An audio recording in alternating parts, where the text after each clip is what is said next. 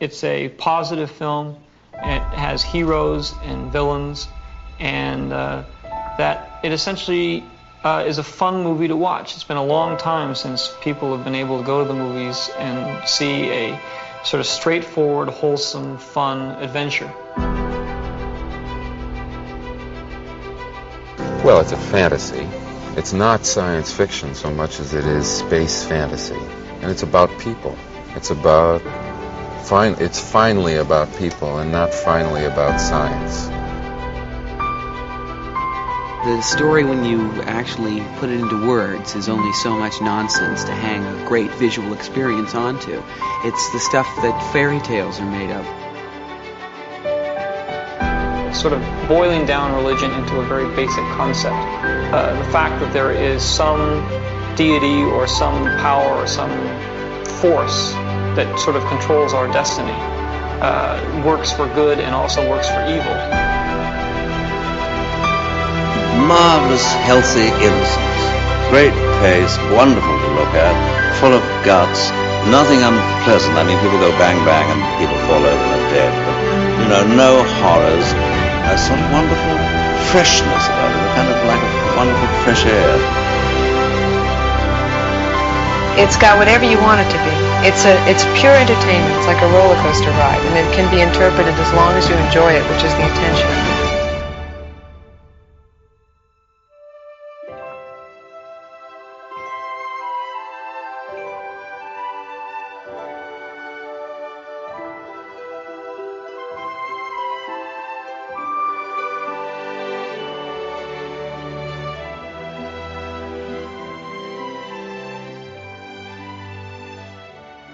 Welcome back to Generation Skywalker, and you're listening to episode 9 of Those Old Fossils. And joining me tonight, he looks the oldest, but I'm not sure he is. We've got Mark Daniels. Good evening, Mark. Good evening, guys. We've also got with us Craig Spivey. Good evening, Craig. Good evening, Stuart. And joining us for, I think it's the third time now, definitely the second time on Those Old Fossils, we've got Marc Hockley making up the team for the evening. Good evening, Mark. Good evening. How you doing, guys? All good, mate. All good. You? Yeah. Now, last time we had you on, you've started doing Instagram posts each day of your collection. Have you stuck with that? I have. Yeah. It's what gives my day some structure. Every day I post something on there. We're up to 420 odd items so far. Still lots to go. I think today's post was a Jedi figure, B-wing pilot, I think. So we've got lots of great figures to come and some carded figures and random. I kind of structure it now so it's carded figure, loose figure, random. That makes it a little bit easier when I think, what am I posting today? Can I just say it's nice to see that you're still talking to Stuart after his revelation on the birthday show about cheating you out of points on the Trivial Pursuit game.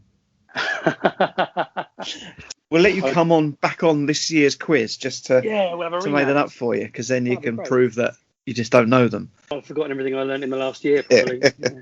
Craig, you've been out and about today, back in the toy shop. I'm sure anyone that's been checking our social media or YouTube channel will see that there's been a couple of videos today. You went live yesterday. I was at work, and you went live and then you went off live very quickly when you tried to turn the camera. And then I missed the live. Well, apparently you can't switch the camera when you're live on Facebook, but you can on Instagram. Who knew? But it's a good way to find out when you're actually live to the general public. But yeah, I went out yesterday. I went to local vintage toy shop Metropolis, who are in Warwick. I hang out there quite a bit. And Chris, who runs and owns the shop, he had a box of books which once belonged to Jim Stevenson, who we have talked about number of occasions on the show. Much missed, sadly departed, pioneer of collecting, particularly in the UK. And yeah, it was an opportunity to go through these books. Chris is a toy dealer; he's not really into books, so it was a conversation around what was in these boxes and to do a deal to take them off his hands. So yeah, that was fun. And I thought, I'll film it. I'll see how that works. We said on the birthday show that we will do that. So when those occasions arise, I feel like I ought to do it. So yeah, people seem to have enjoyed it, I think. It was a lovely video, mate. And the live was good as well. I mean, some of the items he's got in his shop. It's incredible. There was a couple of belting Canadian items in there. And, he's got a lot of graded in there at the moment, hasn't he? Well, grading works for him. He's a dealer and it takes some of the debate out of it. So he does grade a lot of his stock. And Mark, I just want to come over to you before we get into tonight's topics and whatnot. I know we don't normally talk about our pickups, but how nice was your Boba Fett Palatoy card back? The weird thing about that was I was talking to Lee Bullock on the Saturday afternoon, talking about how our collecting had slowed down a bit, and we were finding it harder and harder to find bits and pieces. And one of the things I said, one of the only bits really that I was chasing that I just couldn't see myself getting was a Palatoy 30 back or a 45A Boba Fett example. Card back would have been fine, no problem, because I know how rare they are. And we were talking about how much a reseal would be worth. And we reckon now you're talking about £2,000, £3,000, possibly more £1,000 for a good reseal if one ever did surface. Lee said, if I ever see one, I'll let you know. Anyway, I got a Facebook message from him later that night with a link to that auction on eBay. And he says, you won't believe what I've just come across. Now, normally I would pick these kinds of things up on eBay searches, but it was in Belgium, and I don't generally do a Palatoy search worldwide. I only do it in the UK. So that's why I didn't pick up on it. Yeah, I couldn't believe it. And I think it started out at €450, which, given the condition of it, is absolutely superb, and I think a fair price. So I bid on it and won it. Couldn't believe it. I thought it was going to go for way more than what I actually won it for, which was, I think it worked out at £470 by the time I paid for postage, and it dodged customs as well. So I was very happy about that. Yeah, lovely pickup, mate. It looked the bee's knees with that. It's the best card back example I've ever seen, mate. No, I did think it was worth a nod tonight because it was a lovely pickup, mate. Looking forward to this, lads, and nice work going on with purchases and videos and stuff, and Instagram accounts and stuff. So yeah, nice. Where did you dig up that old fossil? Episode 8 of Those Old Fossils was our reproduction show. I mean, me, Craig and Mark did that alongside Lee Bullock. We tried to give a balanced account, but maybe it was a little bit one-sided because we are all, against reproduction primarily. So we tried to give it that balance, but we have had a bit of feedback and we have got more plans going forward. So Mark, first of all, come to you. Did you get any feedback on that show? I couldn't believe it. I was getting phone calls, texts, messages, emails from people. I must have had sort of a dozen people contact me specifically about that show, and that's never happened before.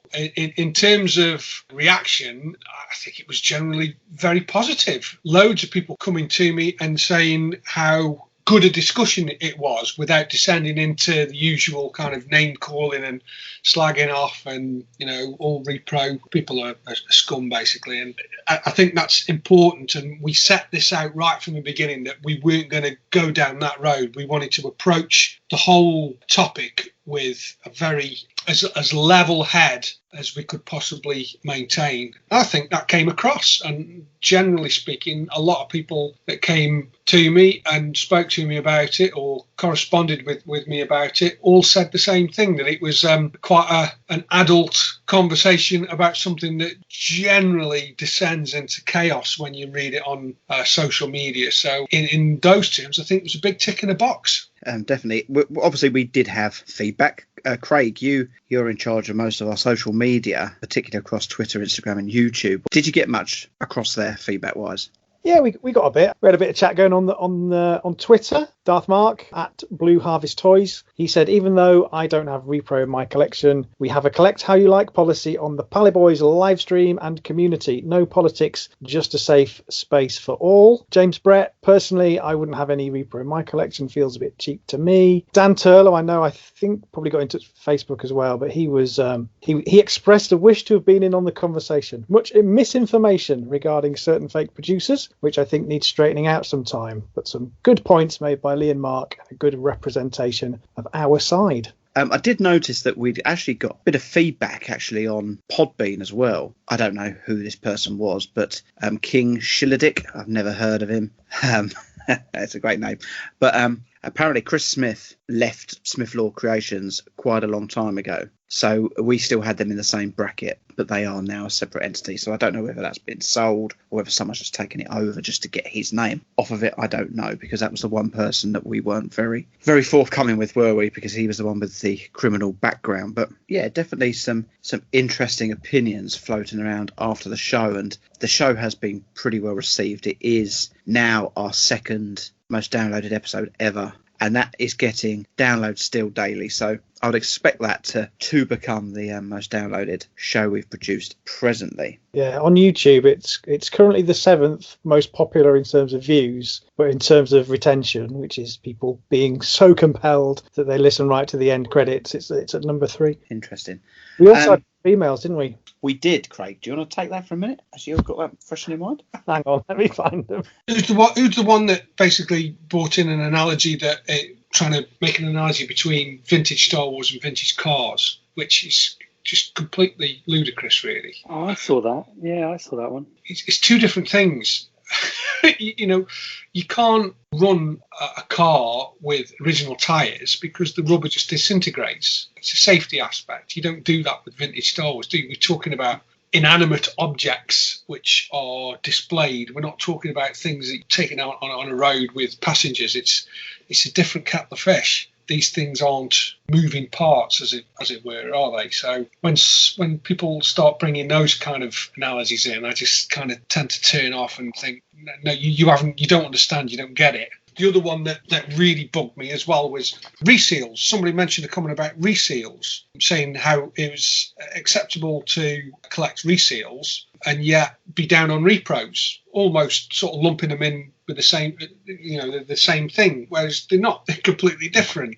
But I think this goes back to what we basically want to say is this will be approached again, and we're going to get some pro repro guys on at some point and extend the conversation and give them a voice and give them a chance to be heard. And also we're going to go back to some of the other groups that take a very hard anti-repro stance on things and get them to elaborate further, and basically a continuation of the conversation, because it's a very emotive subject and I think it deserves legs to carry on and to have the conversation and allow both sides to be heard fairly. Yeah, you're right. I'm already in conversations with pro-repro people, and one condition they want is that they're often invited onto these kind of shows and then they're just talked over and not given a chance to actually give their opinion. So we will do that.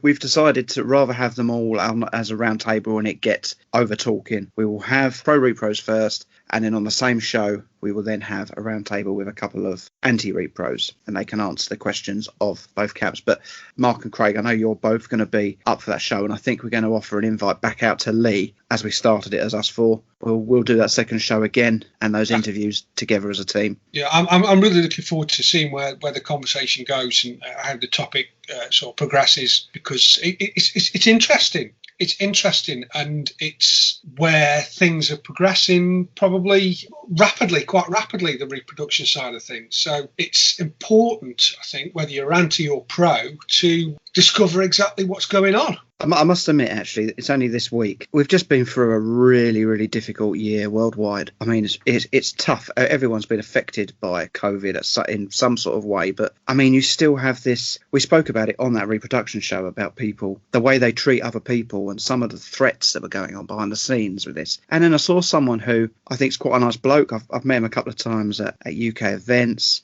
And he just put up a post on one of the UK groups this week calling out Toy Polloi and calling him scum.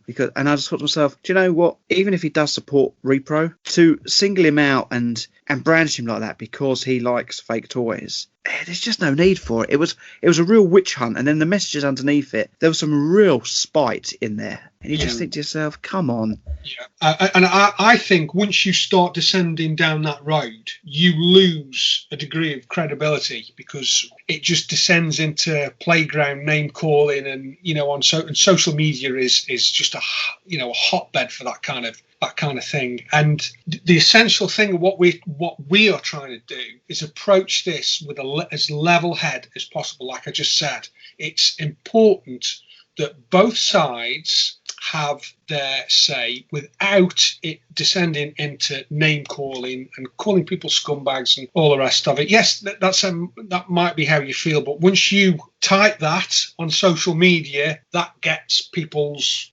emotions running high. Yeah. We just don't want to go down that road. It's important this conversation is as adult as possible. I mean, that you're right. This thread alone, Mark, had, I think, a good 150 responses. Some people were saying, whether you like it or not, let's not call the bloke scum, but most people just jumping on it and, wishing him ill and whatnot. And you're just like, whether you don't agree with his stance, that's like, it's the same. We've seen it with politics, haven't we, the last 5-10 years? That real divide, you're a scumbag if you support the other side or you voted Brexit and all that kind of stuff. It's so tribal. Yeah. Well, I think we've given Craig enough time to find those emails. So, Craig. I thought you'd forgotten. Well, actually, Toy Poloi, Dave, was one of the people who took the time to write into us, and it was a very gracious message. Just thought I'd write to say that I thought your latest episode was an interesting listen, and I thought you did a good job of covering the repro side of things. Can't say I agree with it all, but it was fun to hear a more level-headed side to the argument. Often the tone of anti-repro collectors is very aggressive, as I'm very well aware of. So, this was written before that comment was made about him. Repro is not for everybody, but it does have a place in the collecting world. Many collectors are just not that fussed about needing everything to be 100% original, and I can see why other collectors want it all original. There is no right or wrong way to collect. Keep up the good work. So we will be returning to that. Episode 10 of Those Old Fossils will be based back on reproduction. So hopefully 4 to 6 weeks for that to come out.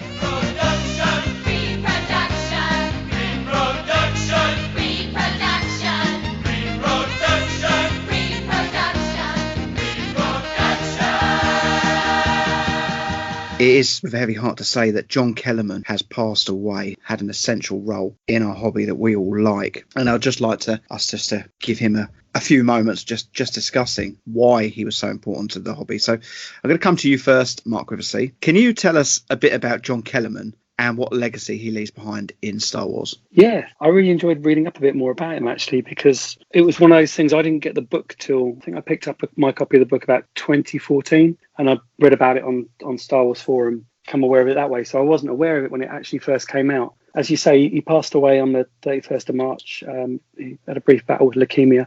And I didn't really know too much about him. So reading up a bit more, born in 1940. And so he was actually 37 when he started collecting. And it was actually in the 80s, apparently, from things I found online, that he actually started collecting properly and became a legend in the collecting circles with his production and prototype items. And apparently he was one of the first people to have a Leia focus, which is certainly something I didn't become aware of until probably 10, 15 years ago, about people having focuses. But that was something he went to in the late 80s and 90s. From what I've read on Rebel Scum and a couple of the other groups, he was very popular in the community, sharing his knowledge and that even before he did the book. Released in 2003 when he was 63. Just before retiring, he did the book, self-published, and that is Vintage Star Wars Action Figures, which, how many of you guys have got a copy of the book? I have, and now I haven't. No.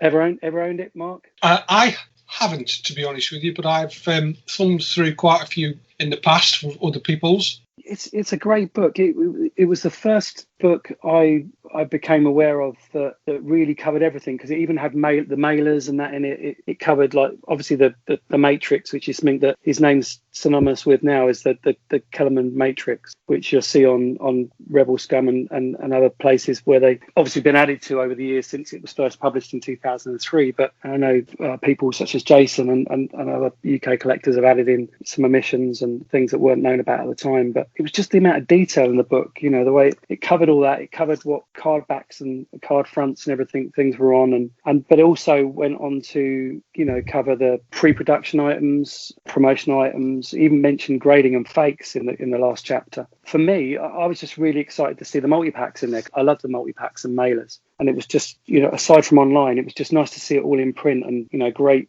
photographs and just that detail, and so I loved it for that. So I picked up my copy in February 2014. I paid £118 for it even then. I think I considered that a good price at the time I got it. I sort of saved up for a bit and finally got my copy of it. And even today I was looking on eBay and copies of it are selling for £180 to £250. And there was a couple of bite nows listed on there for 300 and 500 and something. I guess sometimes you see them a bit more and they're like in the original shipping box or they're signed copies and things like that. But I think generally £180 plus is still kind of its going rate. And for a book that's 18 years old and a lot of, say, the Matrix information in there has been updated since online, it's quite impressive, that it's still that highly thought of. If anybody want to explore the book more detail and just don't fancy the price tag on it, there is actually, searching around on YouTube, there was quite a long video going through it almost page per page and just breaking down the information that's in there and giving you a better look at the book. I know some libraries you can actually search online and check which libraries have got books in. There's a website, I forget the name of it offhand, I've done it before, where you can see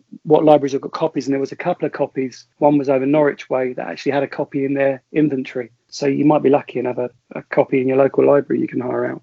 That's kind of a sort of brief covering of the book and what it meant to me. There's been some lovely things written, just covering his life, in more detail, from having a bachelor's degree in business finance and being in the Navy, and we made lieutenant commander in the Navy, and got married at 27, started a family, and then everything that we know him for was far later. He was 63 when he published that book. That was a sum total of 20 plus years of knowledge of collecting and being in our hobby, and actually knowing all the people that we kind of hold in high regard now, people like Gus and Stephen and all these people that are these American collectors that we kind of were aware of. He was very much a part of that in the 90s, coming up. It's a big loss, but he's definitely left a lasting imprint on the hobby.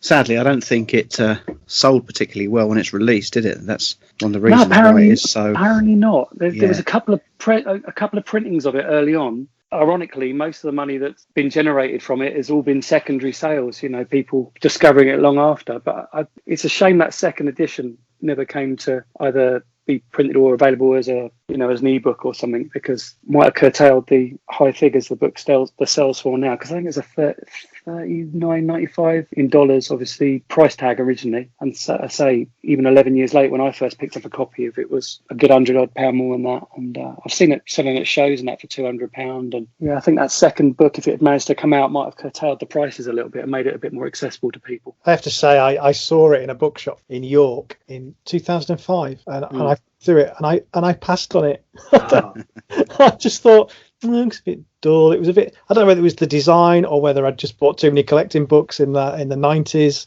Do I need another one? And maybe as an English collector, it was a bit more American centric, wasn't it? Yeah, it was a bit of that as well. The 90s hobby was so like that, though. It was like, I remember, seeing, we'll come to it later on in the show, I think, Tri-Logo was one thing, but Kenner stuff was where it was all at, in the 90s, and going to chess and all those sort of places. You wanted Kenner ones. You wanted Kenner, like, carded figures, and having an American focused book didn't really put me off, when I got that, because it was what I was hungry for collecting, and there was always toy displays and things that they had, and the shipper boxes and stuff. It was just all like exotic to me. Craig, I know you just said you passed up on it, but at least that your house of collectible ones you've got are worth a £5. But yeah, they're quite a place in my collection. Mark, coming over to you, you've traded since the 90s and whatnot, so you would have seen the importance of the Kellerman book firsthand, probably from other collectors. From your opinion, just how important was the Kellerman book? And with regards to card identification, is the Kellerman system still the system that is used to identify card backs? In a word, it's essential. It's only now, it's only sort of later on that the book is given the kudos that it rightly deserves, to have a self-funded book like that, which is so lavishly illustrated, and a lot of the pictures that are featured in the book are from Kellerman's own collection. I mean, obviously he had to fill in a few gaps from other people's collections, but a lot of it is his own collection, and it took years for him to put together. This isn't like some kind of 12-month project. It took a lot longer than that, and obviously he had a lot of faith in the project because, as Mark says, he self-funded it. And not only did he self-fund it, but he also went to the expense of doing it as a hardback book, full colour almost throughout the whole of the book as well. Yeah, okay, so it's mainly Kenner. I think Palatoy gets a page and doesn't even get the front of the card shown. It's just the backs, and some other manufacturers are sort of glossed over. But I don't think it was ever meant, and I think he alludes to this at the start of the book, it was never meant to be an exhaustive resource with everything in it. It was what he had managed to acquire up until that point. There's always room to learn more and find more. I mean, look at the Palatoy C's that have been discovered in the past sort of couple of years. That wasn't known up until then. So it's all about discovering new things. So there's always room for more items to be added.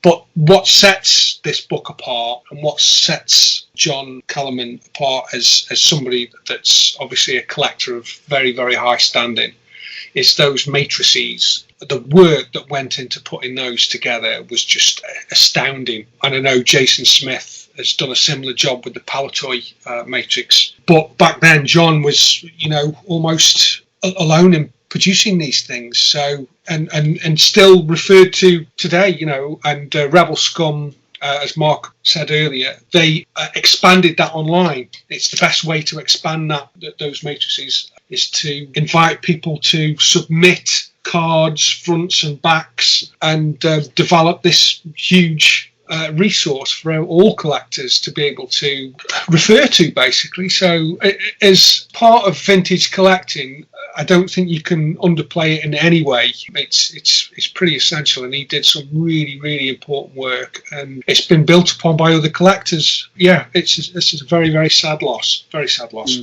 Yeah, sad news, but he does leave a legacy in our hobby. Be with me. Be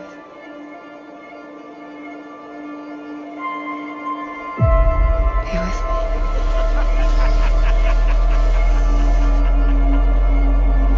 Be with me.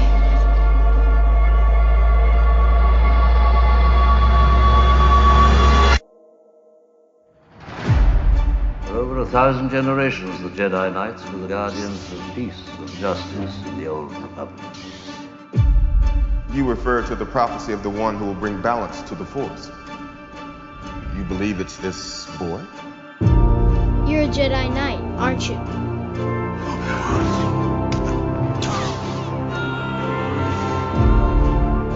Promise me you will train the boy. You will be a Jedi, I promise. I have taught you everything I know, and I am very proud of you. I'm Ahsoka. Master Yoda sent me. You never would have made it as Obi-Wan's Padawan. But you might make it as mine. But I have to sort this out on my own. Without the Council. And without you. You shall be known as Darth Vader. Your father was seduced by the dark side of the Force. Helped the Empire hunt down and destroy the Jedi Knights. What was her last word to you? I watched them kill my master. Run. They gunned her down in a second. But when I saw innocents harmed and knew I had the power to do something about it, I couldn't just watch it all burn down around me. Trust in the Force. We will each be challenged. Our trust, our faith, our friendships. But we must persevere. I won't leave you! And in time, not this time, a new hope will emerge. I am a Jedi, like my father before me. Confronting fear is the destiny of a Jedi. Something inside me has always been there. I'd never felt so alone. You're not alone. 1,000 generations live in you now. Bring back the balance, Ray. It's like I am all the Sith. And I'm all the Jedi. Moving on, David Prowse passed away last year, but this week we have seen the estate of David Prowse auction announced, which will be held at East Bristol Auctions on May the 4th. Nice fitting date, and his auction will benefit Alzheimer's research. Coming back over to you, Barry, can you give us an overview of the auction, when it is, what time it is, how people can bid, because I'm not sure auction houses are allowed people in yet, and just give us a bit of an overview of the auction itself. It's been held, as you said, on the 4th of May. It starts at 5 to 10 and it finishes whenever it finishes. There's a buyer's premium to remember on these things of 22.8%, including sales tax, and an online commission of 3.6%, including sales tax. So getting on for 27%, which is kind of around about the number that we get with Vectus and the other big auction houses. There's some great stuff in there, some eclectic stuff. It's not all Star Wars. It covers, his Hammer career, the Green Cross Code Man, and it's also a mixture of things.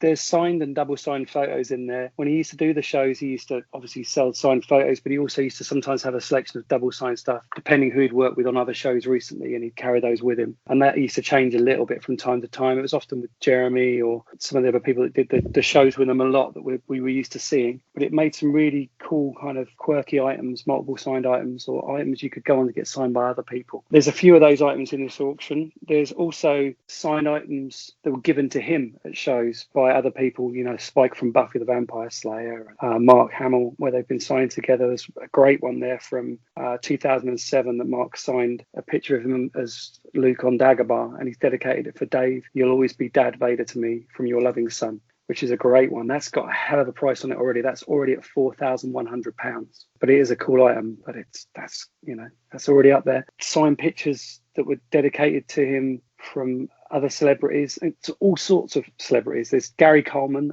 who played Arnold in Different Strokes, and there's a signed picture in there from Stan Lee, to say signed to my friend David. That's got a current bid, as I looked at it today, of £160. That Gary Coleman, by the way, was just £28 at the moment. So that's that's a great little item for anybody of our age group. And then there's signed pictures to Dave from, there's a great one of him with Buzz Aldrin that's been signed by Buzz Aldrin. That was currently at 130. There's screen-worn suits from a 1968 film he did called Hammerhead, which is maybe worth a punt just because of the Star Wars connection with both David and the name of the film. And that's got an opening bid of £150. Incredibly, the Green Cross Code Man outfit is there, which I thought was brilliant. And got a £600 current bid. So surely that's going to fly. I mean, it'd be a bit big on me, but I was a bit tempted by that. It's missing the original belt, but the whole rest of the suit's there, the boots, everything. And I seem to remember him coming to our school and giving us a talk on school safety. So I know he used to do personal appearances in that suit. And he's also, if you remember, at the Empire Strikes Back UK premiere, he wore this really quite stereotypically, I'd say 70s looking suit with, it was like a satiny sort of grey colour with a dark blue lapels, great big 70s flared lapels. And that's the picture you often see, pictures of him at the premiere, him with the cast, and pictures of him and Thatcher and him and Diana. And that's up there, a £420 starting bid. You might need to get that taken in, Stu.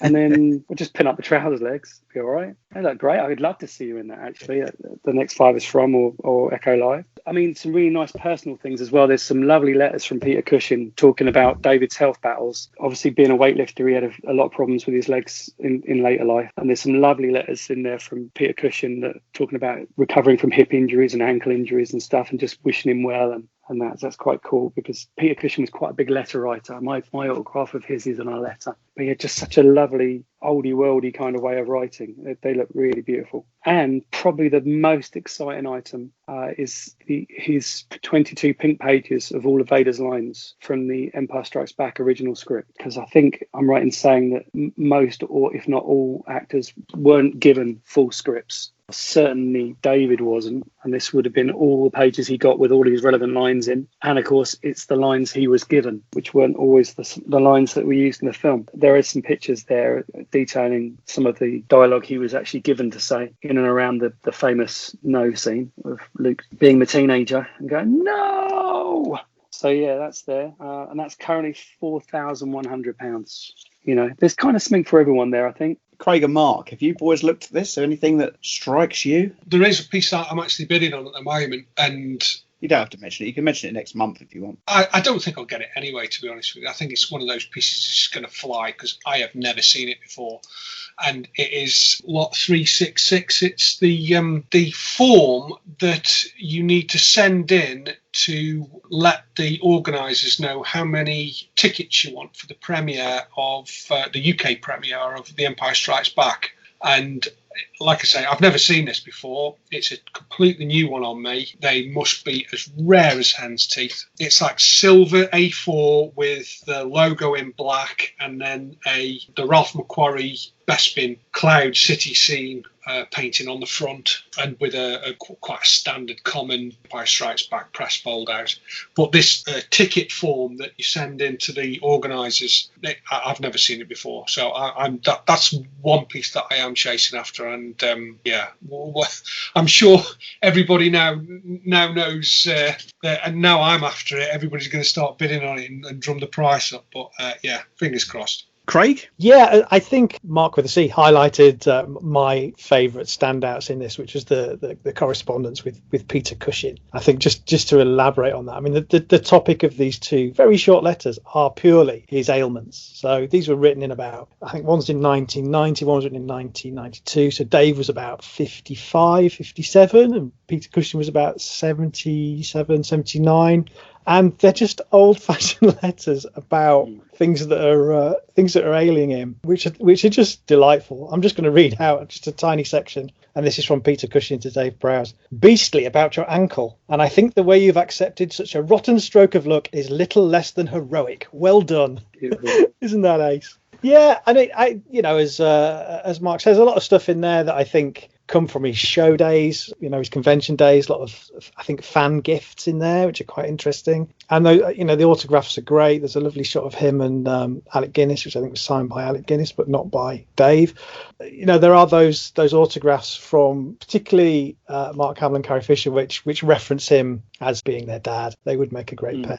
But there's lots of kind of really random stuff as well. So I think I really liked his 70s sheepskin jacket, which is like one of those proper, Football Manager touchline shearling sheepskin coats, which obviously has been made for him because he's massive, but it's just totally random. And whiskey. I think he must have been a whiskey collector. There's like at least 3 bottles of whiskey that don't say that they're gifts for anybody or they've got no sort of particular provenance. They're just nice bottles of whiskey that he never got round to drinking, bless him. There's some amazing pieces in there, like obviously fan made stuff. Like 501st made him a bust for his birthday, so it's got this bust kind of floating on a wooden plaque and stuff, and little things like that. They're one of a kind.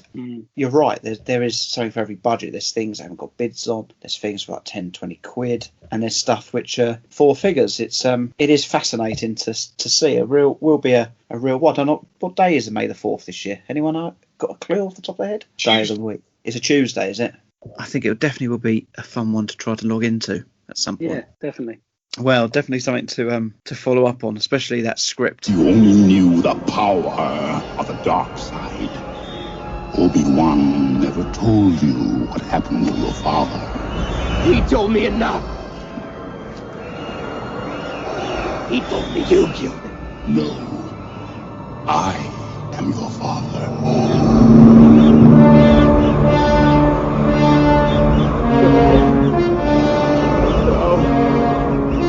That's not true. That's impossible. Search your feelings. You know it to be true.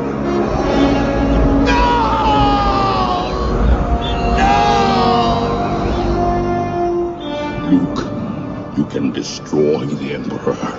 He has foreseen this. It is your destiny. Join me, and together we can rule the galaxy as father and son.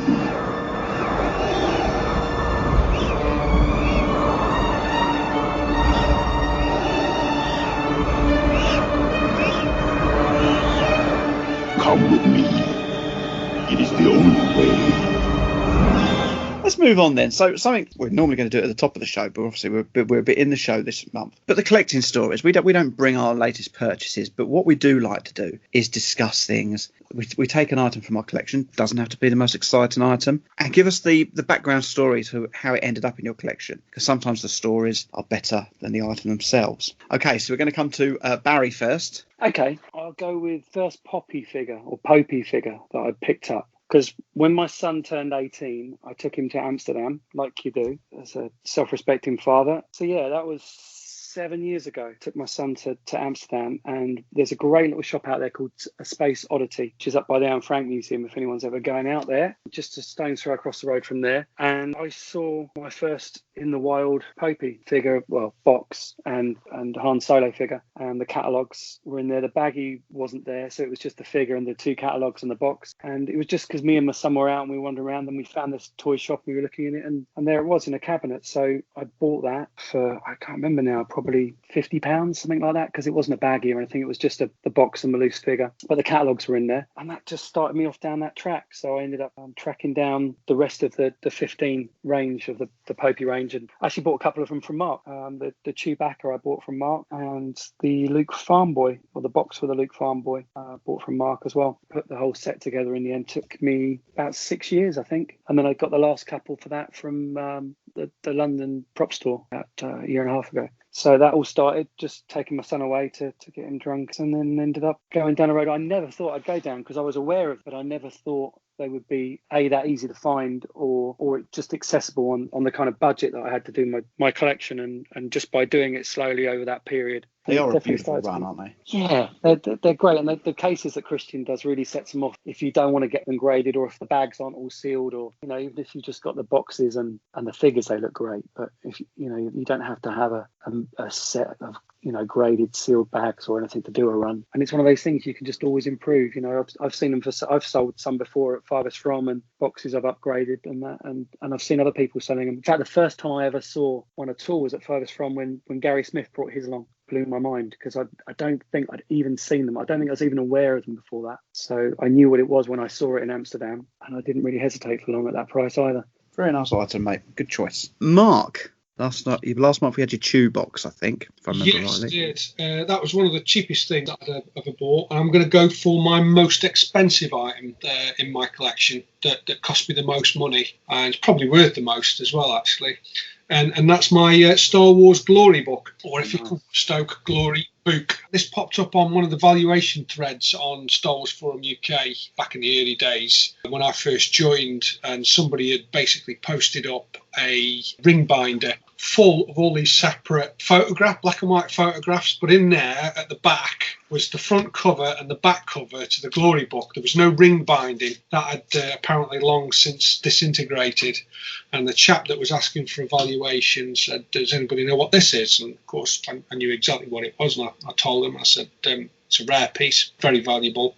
What are you going to do with it? And there was loads of other comments on that thread, and everybody was sort of jumping up and down, exciting find. And basically, this guy had obtained it from a debt collector who had received it in lieu of cash for a debt that was outstanding, and was basically handed the ring binder with all the loose photographs and cover and whatever, and said, there you go, that's worth a bit of money. And the chap that would posted on the forum had basically bought it from this debt collector, paid cash for it, and was looking to move it on. And as these things go, we entered into a conversation. We spoke on the phone a few times, and I said, I might be interested in it, the right sort of money. What are you looking for? And he'd gone to several different people, and the price had sort of floated around the £1,000 mark. And at the time, it was just a lot of money for me. And my little girl was only very, very young at the time, baby, and money wasn't tight, but I was watching what I was spending. I just thought, I can't allow this to pass me by. The chances of me getting hold of one of these, it's not going to happen. So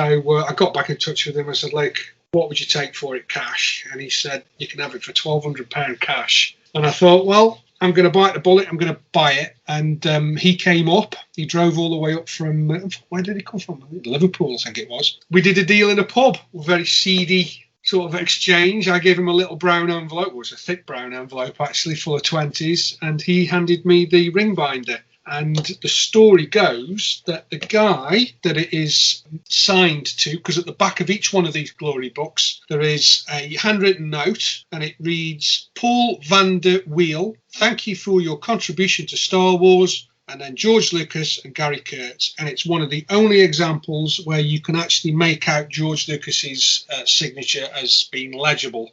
Everybody knows that his signature these days is nothing more than a couple of squiggles. It's a bit tatty, but that's reassuringly so. All the photographs, it's absolutely A1 genuine.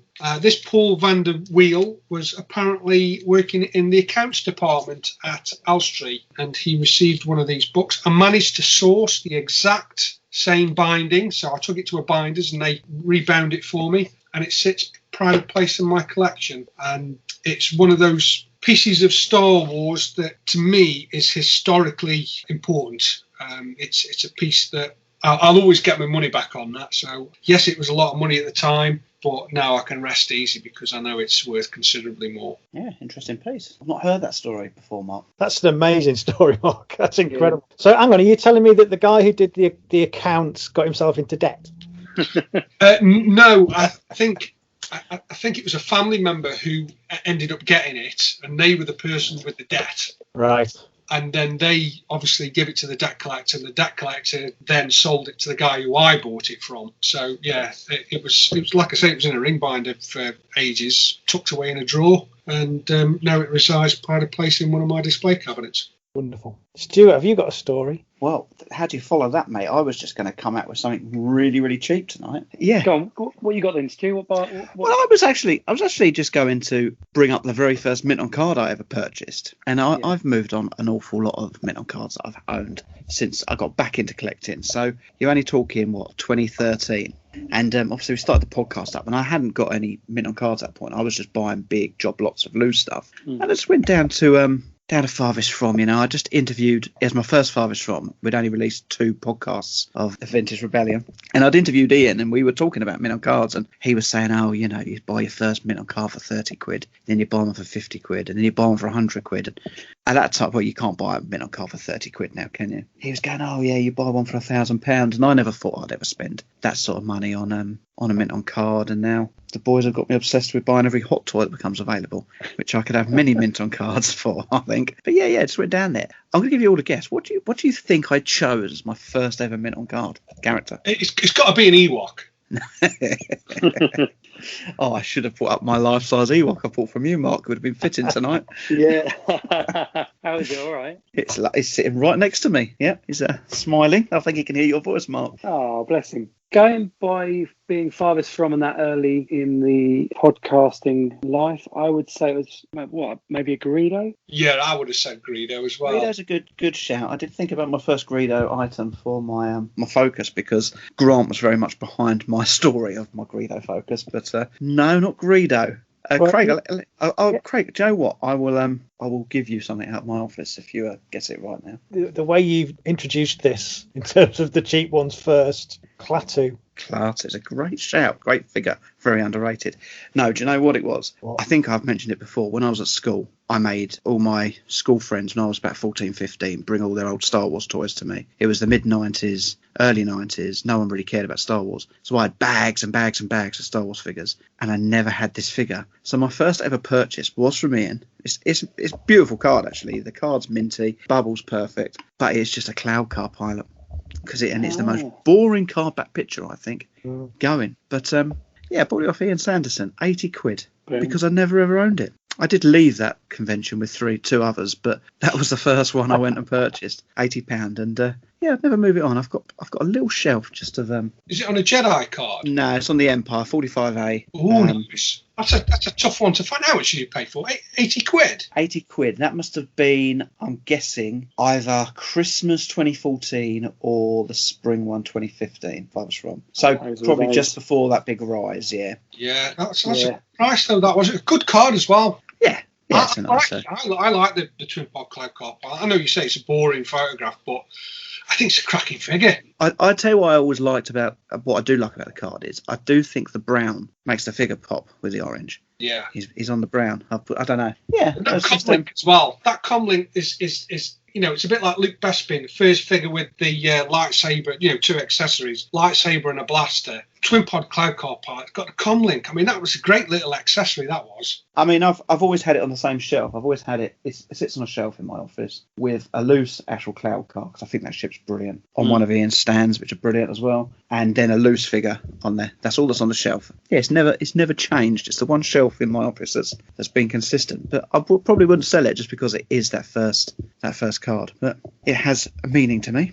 It doesn't always have to be about money. No. Right, so that brings me to you, Craig, because you have had quite the item this month and quite the story to go with it. Yeah. Well, we've already discussed a couple of Helix items in this section, and I think it was probably Mark's great story about his eraser box and his pal in the BMX world who kept his Umbral paints in that inspired this section. And I know on the last show I talked about the first Helix pencil case I bought, which is my first Helix item as an adult collector, because nothing of that survived from my childhood. But that was a tale from probably like the mid to late 90s, and I reckon it took me about 10 years to assemble the collection up to the point where the only two bits that I needed to complete the production run, and that's the production run, so not in terms of counter displays and things like that, but the only two bits that I needed for a long time were the felt tips. For those who don't know, Helix produced a 5-pack and a 10-pack of felt tips that were pretty generic, other than the Star Wars May the Force Be With You on the side and a little card front that had Jawas on it. I think that is probably the same for a lot of collectors. So I have my theories as to why the felt tips are probably rarer than most of the other items. I mean, it's all disposable at the end of the day, but I think the felt tips probably more so than some of the other items. I mean, they came in a flimsy plastic wallet, and pens are always decanted into pencil cases, so these things were probably tucked away right at the start. The pens ran out and they were thrown away. So unlike maybe like a ruler or math set, which has a chance of surviving, I think the felt tips more than anything just ended up in the bin. But I did manage to get myself a 5-pack about 2 years ago, and given the amount of people I know were chasing these things, I'd kind of given up on the 10-pack because it always seemed a lot rarer. In prepping this for tonight, I was wondering, whether there was any pattern to that, whether there's any reason, and I dug out my retail leaflet that I've got that's got all the prices in there. So the 5-pack of pens, they were sold 24 to a box, and they were sold to a retailer for £5.20, and the retail price for a pack was 35p. And the 10-pack, they came 12 to a box, and the trade price of those was like £5, 5p, and the retail price of those was 69p. Now, back of a fag packet worked out at that, and it might be right, it might be slightly wrong, but from my reckoning, that's about 3p more profitable to buy and sell the 10-pack. So whether that had any bearing on it at all, I don't know. I don't know whether that's anything to go on, but I thought it was worth exploring to see if it gave us any clue. So I got a call out of the blue a couple of weeks ago by a lovely fella called Ali Martin. So rather than me tell the story, I'll let Ali tell the story. So my wife's grandmother died back in January, and obviously in the process of that, there was a house to clear out. She lived on her own. She was 98, and she lived a long and full and happy life, and it was her time. But in the process of clearing out her stuff, my wife's mother, which is my mother-in-law, she was coming around here to drop some stuff off from the house. And just before she left, she saw a packet of pens and decided just to grab them because we've got 2 young daughters. One of them's probably a bit too young for felt tip pens. She'd only cover the wall in them. But the other one, would love a pack of felt tip pens. And I think it was just, from what I understand, it was a total afterthought on her part just to grab these pens because our daughter might want to play with them that afternoon when she popped round. They were brought to our house, and there was with a collection of all sorts of other things from the house that had been dug out. And my wife Claire was, I think she was about to sort of take them out of the pack and stick them in the general pot of pens with all the rest of the felt tip pens. They caught my eye probably because I saw the Star Wars logo. I mean, I'm a sort of, I'd say a lapsed Star Wars fan in terms of a big fan of the first 3 films, and I've kind of watched the other films since and kind of dipped in and out, and I do still enjoy the franchise to a certain degree, but I'm nowhere near any sort of super fan or expert on it. But yeah, just caught sight of these pens, and it was it was the sort of the way that the font of Star Wars kind of jumped out at me as being both very much authentic but very dated at the same time. Now, I used to have all sorts of toys back in the day. I mean, I had older brothers who probably passed them down to me, and something rang a bell that these look quite old. So I interjected, hang on a minute, can I just have a look at these? And then it didn't take long. Obviously, they were marked up as Helix. There was 10 of them. They're in sort of mint condition, which again sort of made me slightly doubt that they would be that old because they were just in such mint condition. And also, one of them had already been taken out of the pack and sort of just road tested very, very briefly to check they work. And so a quick sort of Google search on that on my phone, and suddenly it was like opening a door to another world, really. At that point, I thought that they've probably got a value here.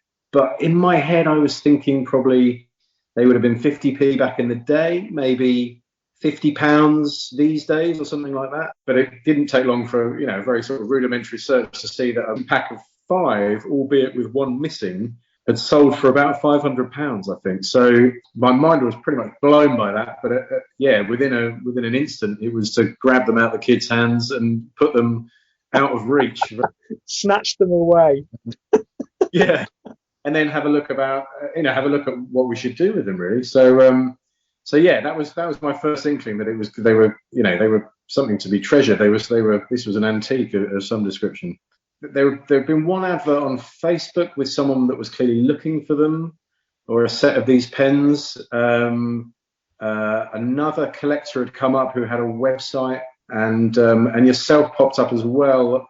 You'd appeared in the local news. Again, it's kind of added to the story here, because I obviously thought they were dated from back in the day, but when I read that you had a collection of a certain number of items already, and that you've been sort of involved in the 40th anniversary of the Helix set. So I looked up contact details for yourself and for the 2 other collectors that sort of come up in my searches, and dropped each of you a line. One had a website, one was via Facebook, and I think yourself, it was initially on Twitter, wasn't it?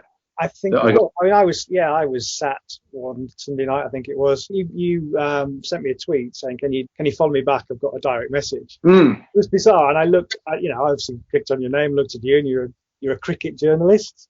I thought, what could he want with me? But I did what I was asked to do, and I followed you back. And then this picture landed in my my inbox. I just couldn't believe it. Yeah. So I sent that picture to the 3 of you, 3 different collectors. It became very apparent very quickly that these were pretty in-demand items. But I was really impressed by all 3 people that replied to me, sort of explaining that, yes, you've got something quite valuable on your hands, but there was no pressure. I didn't feel like anyone was acting in an underhand way. Everyone was very open and honest. You all sort of appreciated that I was coming at it from a totally naive perspective, but no one was looking to take advantage of that. I think all 3 of you kind of explained essentially the process for how you might want to sell these if you were to sell. So.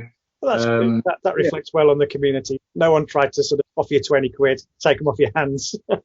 No. Again, I could sort of see that they were pretty niche in terms of possibly how many people would want them. I didn't necessarily think that an eBay auction or similar would be. I don't know. It just felt like a lot of hassle, and obviously there was a bit of back and forth with each of you. I got a sort of rough ballpark figure as to what they might be worth, because people were sort of discussing roughly the numbers. There was a few different factors in our decision to sort of just go private and just deal with one person directly, which is yourself. The more I looked into it, and because I'm a journalist by trade, I do my research and look into these things quite deeply. And I was pretty impressed by the kind of backstory of, the Helix pens, and how you'd obviously played quite a significant role in bringing them back for the 40th anniversary. And obviously, you'd mentioned to me that I think it was the last piece of your collection that you needed. It started to feel very quickly that, this is probably where they belong. This is probably their home, to be honest. It would complete a set, it would bring it all together. And I don't want to be cheesy, but I sort of, when I was discussing it with my wife and her mum, there was a kind of sense that, that's where they belonged, really. That they probably belonged in a collection that had a bit more meaning behind it. And and then there was also a sort of minor bit of intrigue in it, as you find out when you go on Facebook. Sometimes you find that you've got a mutual friend or a friend of a friend. So we could see there was a bit of a connection there. And also you were locally based as well. We just thought in a practical sense, logistics, if we were to sell them, that would probably be the best way to do it. Go with someone local and someone that kept the flame alive of the sort of Helix brand. Not that it meant a huge amount to us at all, but we could see that it did mean a lot to other people. And it just kind of felt like their natural home, to be honest. So we just took a decision to go with one preferred collector, and then we kind of took it from there, didn't we? Yeah, well, I mean, obviously I'm very, very chuffed that you did that, and that's lovely of you to say. Really, really pleased to end up sort of negotiating with you and getting the result that we did. As you know, I've given them a great home. Yeah, and also because I could sense the desire from the other collectors who were obviously keen to get them. I was sort of racked with guilt during that process of trying to just eliminate it down and sort of let people down gently. But again, I mean, as I say, with the other the other people involved, they were totally understanding and totally cool about it. The moment I first looked up these pens online, it opened my eyes to a sort of completely new world of Star Wars collectors and memorabilia. And as I say, I do get it, because I love the films back in the day myself, and I get why people have kept that love of the memorabilia ever since. But also being mindful of that, it felt terrible in a way that I'd almost tease two people and then let them down. But as I say, it just felt fitting. In fact, it was more of a decision by my mother-in-law and my wife, who sort of said that they felt that yours was the home that they should go to. I mean, I mentioned to you at the time that we were looking at the money as very much a bonus, because they were something that didn't have any material value to us. And also with my wife's nan, Mary, I think they look just like a purchase, on a whim, possibly back in the day, to keep the kids amused for 5 minutes. They might have fallen down the back of a cupboard and what have you, and just remained in mint condition ever since, but never been touched. There's no emotional value ascribed to them either from our point of view. So we decided to donate the entire amount to charity that you paid, the entire fee. We split it 3 ways, which was Birmingham Children's Hospital Charity, NSPCC, and to UNICEF as well. So we kind of went local, national and international with 3 children's charities, because Star Wars and felt tips pens, I know you're a big kid, but it's it's for kids, isn't it? So it seemed like a good use of the money, and we were really pleased to do that and really make those donations in her name. It's great. It's as I say, it's opened my eyes to a new world. It's also got my daughter and I watching Lego Star Wars, which we've really been enjoying as well. So and also you threw in some of the figures as part of the deal, didn't you? So that was I've got a few little figures that sit on my desk, and while I'm pretending to work and actually just piddling around, I like to play with them as well. So it's been good. It's reconnected me with Star Wars a bit as well. So it's been brought back some happy memories. So it's been good. So I think that interview throws up some interesting stuff. I think it demonstrates how the work that we do in our little corners of the internet allows people from outside our hobby to access information very easily. I mean, he was able to very quickly get a handle on what he'd got his hands on, and also some insight into how collectors act in these situations, and as it turns out, impeccably. And I think above everything, it's just been nice for that chance discovery to lead him and his daughter to just connect over Star Wars Lego, and as he said in the clip there, I took him a few beta figures for him and his daughter, just so he could relive some of his Star Wars memories with her, which I think is great. I think it's just a really nice kind of addition to the story, and the fact that they donated all that money to those children's charities, it's just brilliant. Yeah, it's a wonderful story, mate. I think it's a very, very good argument for case of collecting karma actually existing for some people. How some people are destined to get hold of the things that they desire the most because they deserve them. And I think in your case, Craig, it is absolutely bang on. Oh, bless you, sweetheart. You really did deserve those pens, and it was, like I say, it was karma giving them to you. Nice. It was good. I made a new friend. Great. Have you used them? You won't go buy it. Have I used them? They all work. Have you been colouring in one of your Star Wars books? Yeah, well, I don't know whether you remember a few shows ago I talked about this poster I found. So just Stop drawing on the wallpaper. Just how rare are those pens? Well, I didn't tell anybody about them until I had them in my hand, and which was hard because it took a couple of weeks sort of negotiating and picking up a time to go over and get them. I just didn't want to jinx it, I'm sure you've all been there. And when I did, I sent a photograph to you guys in the group, and I think Grant's comment was there were probably more people who've been to the moon than own those. And he's not far from the truth. Brilliant, mate. Brilliant. And like Mark said, couldn't happen to a nicer bloke. You look absolutely beautiful. You truly belong here with us among the clouds. Thank you. Okay, so Craig, sticking with you here, mate. So last month we saw that you did this order of appearance lineup for your loose figures, which threw some all over the place. And a couple of people agreed with you, didn't they? I did see that on social media. Some people did. Shout out to Darren Simpson, who was the first to correct me that my TIE pilot and X-Wing pilot were the wrong way around, because of course they encounter a TIE fighter as they're escaping the Death Star. So I corrected that. And then there was somebody talking about the fact you can see, well, I'm man enough to admit it. But then somebody was saying that, well, you can see Luke's best been fatigued under his X-Wing suit, so technically, I'm not buying that. I'm not buying that one. Has anyone double-checked the order of the Ewoks for you yet? No, I've not had any communication correcting me on those, so they can stand until someone pipes up or accosts me at an event.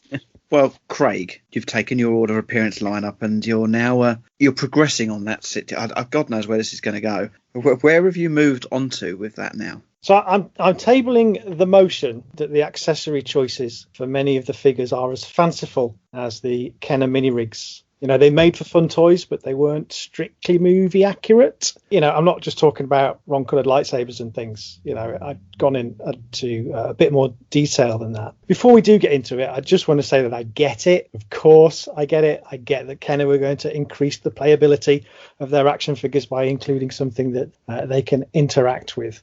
I'm also not being nerdy or silly about, well, he's got the wrong scope on it. That's not right. So none of that, broad brush. If it's a small gun, it's a small gun. But I am looking at it from purely a movie accuracy point of view. So my point being that you could put a loose run together without forking out for a bunch of expensive weapons, and it could still be considered a legit run from a certain point of view. A certain point of view? So I'll go through these. Some I'll throw out as questions. Some of the more obvious ones I'll just accept that we all know. But we'll kick off with the easy, weaponless ones first. 2 humanoid figures didn't come with accessories. Their hands weren't even moulded to hold them. And they both had very small roles. And they weren't seen with anything on the screen. Who's that? So the figures, Anakin. An Imperial Dignitary. So the droids. I mean, we had a lot of accessory-less droids. So the Death Star droid, the Power droid, FX7, EV99, 88. R5-D4 didn't have an accessory. But had he been made in the Empire era, do you think they'd have given him a bad motivator? Yeah, like a pop-up lightsaber type mechanism. Yeah. Or like his body opening and a massive rocket coming out. Now that's outside of the box thinking I like, Stuart. You're thinking Power Force 2. Give that man a job. 2-1B. What do we think to 2-1B's accessory? I like it. Oh, it's crap. He's got his sonic screwdriver. He's all set. I've categorised these into correct, incorrect, or sort of correct. So that's my scientific. This is the Spidey matrix. Yeah. This is my gift to the hobby. Okay. This is. I'm talking about it when I'm dead. So this is sort of correct. So 2-1B, he is seen with an accessory. So when he's poking Luke with the little sort of pointy thing to test his nerve endings, he does have an accessory. It doesn't look much like what he ended up with the action figure. There was something, they gave him something. So I've coloured that orange in my little system. That's handy, right?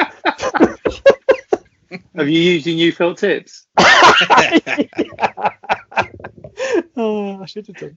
So C-3PO first release, obviously correct, wasn't carrying anything, and the removable limbs. I think the net was a great accessory. That should have come with Chewie though, really. Yeah, good point. Yeah, Chewie gets a bowcaster, doesn't he? So could have upgraded him and added with the Empire pack of Chewie. That would have been cool. R2, the solid dome. Again, no accessory. It's kind of correct. I think if they were going to give him an accessory from the first film, they could have done. What would they have given him? Hologram layer. Hologram layer. Secret plans, secret Death Star plans. If you think in third leg, which the Droid Factory gave him, which I think is great. But I think if you think about the sensor scope and the pop-up lightsaber, a little computer arm, a little scomp link. Yeah. Because you see him use that a couple of times. You could have had a mechanism at the back of R2 that slides up and down, which pushes it in and out, rotating his head, which manoeuvred the little arm in and out of his body. Shut down the trash compactors, yeah. I think in very early figure vintage terms, his clicking head and his vac form dome were probably the little extras you got with that figure. So the R2-D2 sensor scope we spoke about on the last show, because you see his periscope when he's in the water on Dagobah, but you see the sensor scope when he's outside Echo Base scanning for Luke, and it's the periscope we got. So not 100%, really, not bang on the money with that one. And of course, the pop-up lightsaber is absolutely correct, if not a little short for a lightsaber. IG-88 I'm going to talk about with the other bounty hunters. So, onto the lightsaber wielders. So Vader and Ben, I would consider those to be correct. What about Luke Farmboy? It should be blue, shouldn't it? Yeah, it's the wrong colour. And, you know, again, I understand why Kenner would give him a lightsaber because it's cool, but he actually rarely uses it in the first film. He switches it on in Ben's hut and he trains on the Falcon with it. For me, he arguably uses the Stormtrooper blaster in anger more than his lightsaber in that first movie. And it is indeed what he was immortalised with on the Chantrell poster. Yeah, he's probably right with a lightsaber, but it's not 100%, I don't think. Obviously, the Luke Stormtrooper figure is correct because he prized that gun from the hands of a dead Stormtrooper and he's not using his lightsaber. What do we think to Luke X-Wing Pilot's accessory? In Star Wars, they gave him a blaster, which he didn't have. No need for him to have had a blaster while he was piloting the ship. And, you know, given it was a release in 78, it was still a guess on Kenner's part that he would have one when he's on Dagobah, because he does wave his gun around on Dagobah. And he is indeed wearing a holster over his flight suit, but he wasn't at the Battle of Yavin. So, kind of correct, but only through luck rather than Kenner's good judgment. Mark, Luke Hoth. He should have had a lightsaber. 100% wrong, giving him a rifle. It's a crap gun as well, as because the handle grip was too thick. I've looked into this stuff. Obviously, no scenes in the movie. There's no publicity photos that I can find where he's got a rifle. There's just shots of him on Hoth where he's waving his blaster around. But obviously, you know, in the movie, he gets his lightsaber out and he chops the arm off a Wampa, and it's a real key moment in the movie. You know, why they gave him a rifle, I don't know. When he's scaling the AT-AT as well, when he cuts the bay open to throw the bomb in, he uses his lightsaber again, doesn't he? Why give him a lightsaber for the first release when he doesn't really use it, and why not give him one when he really does? They made that mould for the Rebel Commander, and they just wanted to kind of get more bang for their buck, I guess. But they didn't always do that with the weapons. It's not like they forced weapons on a couple of figures in each line, because there's a couple of cases of weapons being exclusive to a character, not even a main character. No, certainly later on. I mean, they did do a lot of things, rightly or wrongly. But interestingly, the Luke Hoth figure has got a moulded blaster holster, but no moulded lightsaber. When you think about the twin pod cloud car pilot having that comlink, why didn't they give Luke Hoth a set of macro binoculars? Yeah. They're moulded around his neck, aren't they? Hasn't he got them sculpted to the figure, or am I imagining? Yeah, they are. Yeah, no, he has, but as a little accessory, they would have been really cool. The blue lightsaber that came with the later Jedi figure, when it was swapped out with the green, when they had the blue for that weapon was perfect for Luke Hoth, and he holds that really well as well. Yes, he does, yeah. So they sculpted the figure with a lightsaber in mind by the looks of it, by the grip of the hand. It is weird they didn't pack him with one. Interesting. Okay, Luke Bespin. He's got a yellow lightsaber again, so wrong colour, but he did get the right blaster. He's got a moulded holster on his belt, and he's got a second moulded lightsaber. So he effectively comes with two lightsabers. Good old General Grievous. So that's a peculiarity. Luke Jedi is correct. Obviously, it was initially a blue one, wasn't it? And then did they change to green, or was it the other way around? It was blue and then changed to green. I'm wondering if Kenner still, even in the Empire era, were having to guess some of these moves as far as the stills they were being given and post-production still being worked on. And it just seems weird they went with yellow in the first film and then stuck with yellow in the second film, even though they knew they were wrong. And even in the large lightsaber, the Force lightsaber toy, the Empire Strikes Back ones were red for Vader and yellow for Luke. Yeah. And then again later in Jedi, they went with green and updated the yellow to green, but they really pinned their colours to the mast, didn't they, for the yellow lightsaber for Luke on the Empire run? Literally. Okay, Luke Endor. So Luke comes with a poncho and a belt and a blaster. A lightsaber would have been good. Why did they make his hat not come off? I hated that.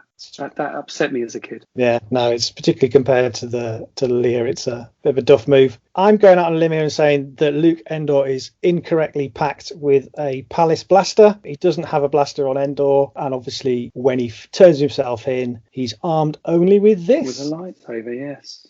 This is a rebel that surrendered to us. He was armed only with this. Don't waste your money on a blaster for your Luke, kids. Save yourself £100. Right, the other two of the big three. So first issue, Han in New Hope Han. He's correct, Han Hoth. And then we get to Han Bespin. So any thoughts on Han Bespin's weapon? It's not the Han gun, is it? No. He comes with in modern parlance, is the Bespin blaster. Yeah. You sometimes get called the Rebel blaster. So it's the one with the pointy end. So he actually has his trusty blaster that we all love. It's taken by Vader when he turns up for his little tea party. And when you see him on Endor, it's a different blaster. And fans have theorized that Luke, off screen, gives him his blaster from The Empire Strikes Back. Because Luke, when he loses his lightsaber in the battle with Vader and he falls down the shaft and everything, his blaster is still there in the holster when he's rescued by Leia and Lando. Yeah. I was going to say, where did he get it from? But I guess it must have been something he was given when he joined the rebellion, because it wasn't something he joined the rebellion with. True. I like this, Mark. You're getting into it. Right, hand carbonite and hand trench coat. Hand carbonite, not having a blaster, that's correct. And hand trench coat is it's there. It's a hand blaster. So what about Leia? Moving on to Leia. So Leia in the first film, she's packed with the long, thin Defender sporting blaster that we know as Leia's gun. So we do see that in a lot of publicity stills, and obviously it's what she's using right at the start of the movie. But I'd argue that she's equally using the Stormtrooper blaster, and she's photographed that as well in a lot of the publicity stills. Right, moving on to Leia Hoth. She doesn't really use any accessories, does she? Really? Nope, not at all. There's some press stills of her with Treat Williams, and she's got a bloody great big gun, like a proper BFG. Yeah, so there's shots of her with like the Rebel blaster in publicity stills, but in the movie, when she goes out to check for Minox, she doesn't carry a weapon, and she's unarmed, and all the scenes on sort of Echo Base. But yeah, like you say, they've taken it from the publicity stills that obviously they would have been supplied with. But in terms of movie accuracy, you've saved yourself another, what? Yeah, 30 quid? 35 quid, yeah, easy. You could be totting this up for us, Mark. Right, Leia Bespin is the same. Never seen with a blaster other than she picks up the Stormtrooper blaster as she's escaping Cloud City. So if you were going to pack her with the blaster, you'd pack her with a Stormtrooper blaster. And Leia Bouche is correct, but, and here's a question for you, is it a gun or is it a staff? It's both. Mark's going both. It's definitely both, because it's got a barrel at the end and it has got a grip, so it must be a gun, but it's a pretty impractical gun. Shouldn't have that. I would argue that it is a staff. I think that handle is a mistake and it shouldn't be there.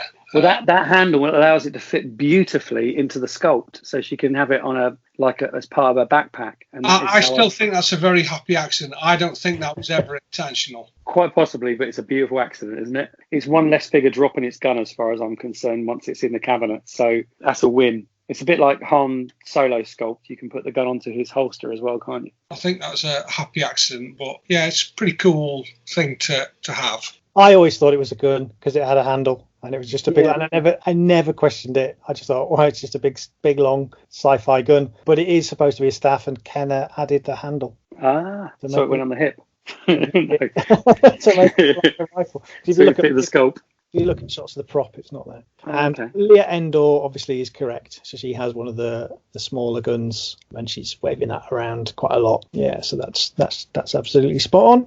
So moving on to pilots and drivers. So these are people who are employed in the Star Wars universe, be doing something other than shooting people. TIE fighter pilot, no holsters on the costume. He doesn't need a gun. He's not seen with one. He's got no shields either. The TIE fighters don't have shields. They're like kamikaze pilots, aren't they? Yeah, they are. The argument for a pilot having a blaster as a sidearm in case they're shot down doesn't really hold much water with a TIE fighter pilot. Some good in-universe rationale there. Thank you and good night.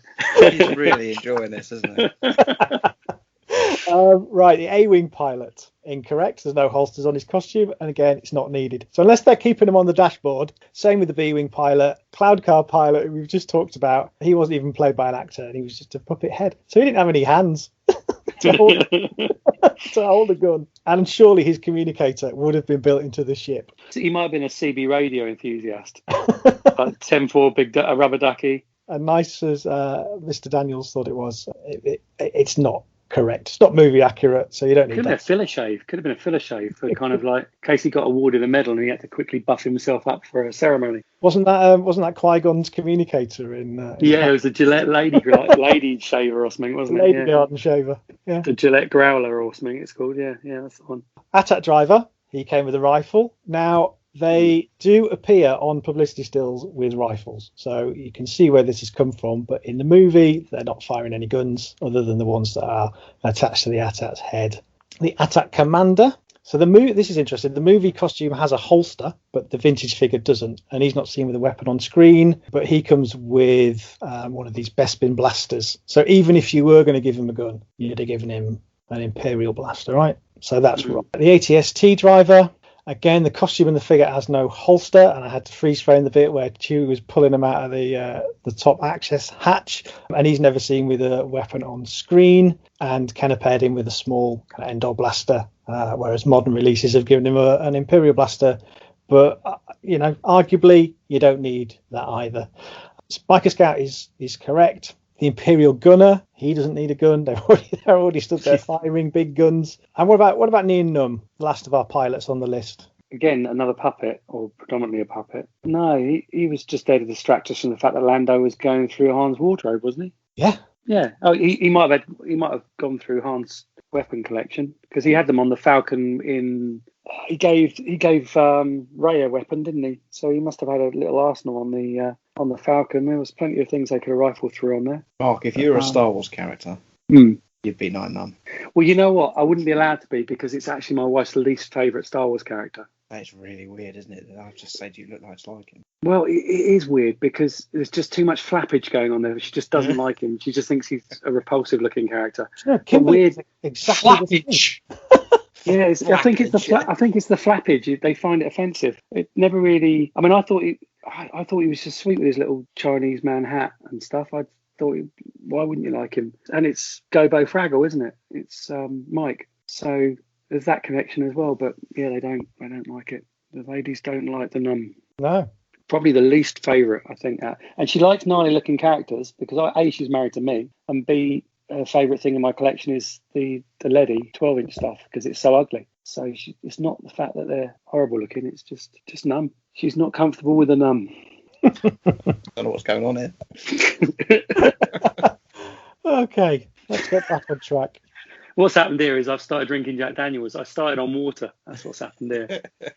So let's look at some ground troops now. So the Stormtrooper, he's obviously correct. He's packed with the correct weapon. The Death Star Commander, what do we think? Do they have a rifle? I don't remember seeing it with a gun, but I assume he would have had one. I've seen them with the big Imperial blasters, the one that he had actually in a holster. So I think he's right. I think he had the correct weapon. So they're used a lot as guards. So you see them often stood. So they're at the door in the conference room. You see them march down the corridor with Vader. The shot where they're marching down the corridor, they're more like the Rebel blasters with the silver nozzle. I guess if you're thinking about them being in holsters and quick draw and all that kind of stuff, the design of it makes sense. So kind of right. I've got that in my orange tip. Hoth Stormtrooper. Imperial blaster.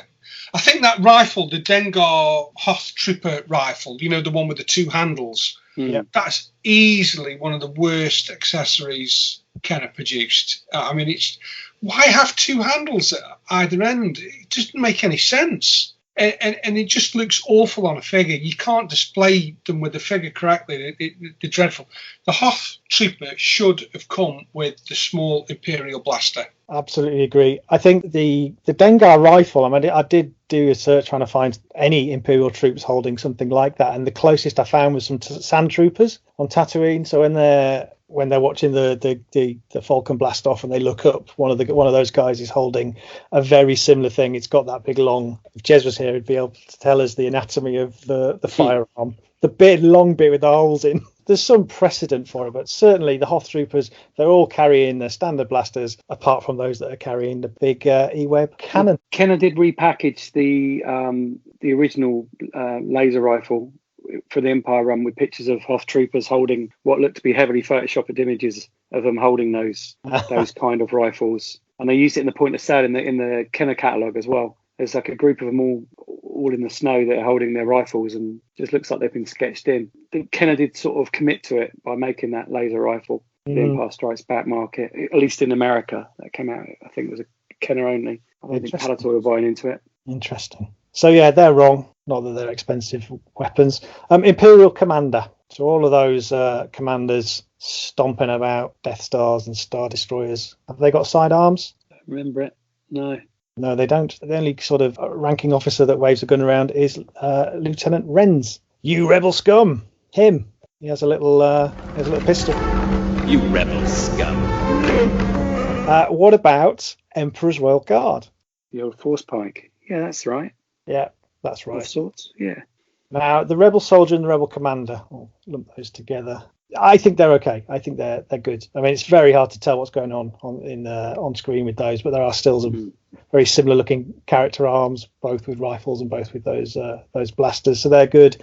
The Rebel Commando is good, and the prune face, which is a GI Joe weapon. The prune face weapon. Playmobil. His weapon. It's the only, as I understand it, it's the only Kenner weapon that was actually from another toy line. It was actually a GI Joe weapon, and they used it for prune face. It never felt right. Never felt. It was it was a bit sort of Western looking, wasn't it? More like a Western rifle. It was kind of quite like shallow and kind of low profile. Yeah.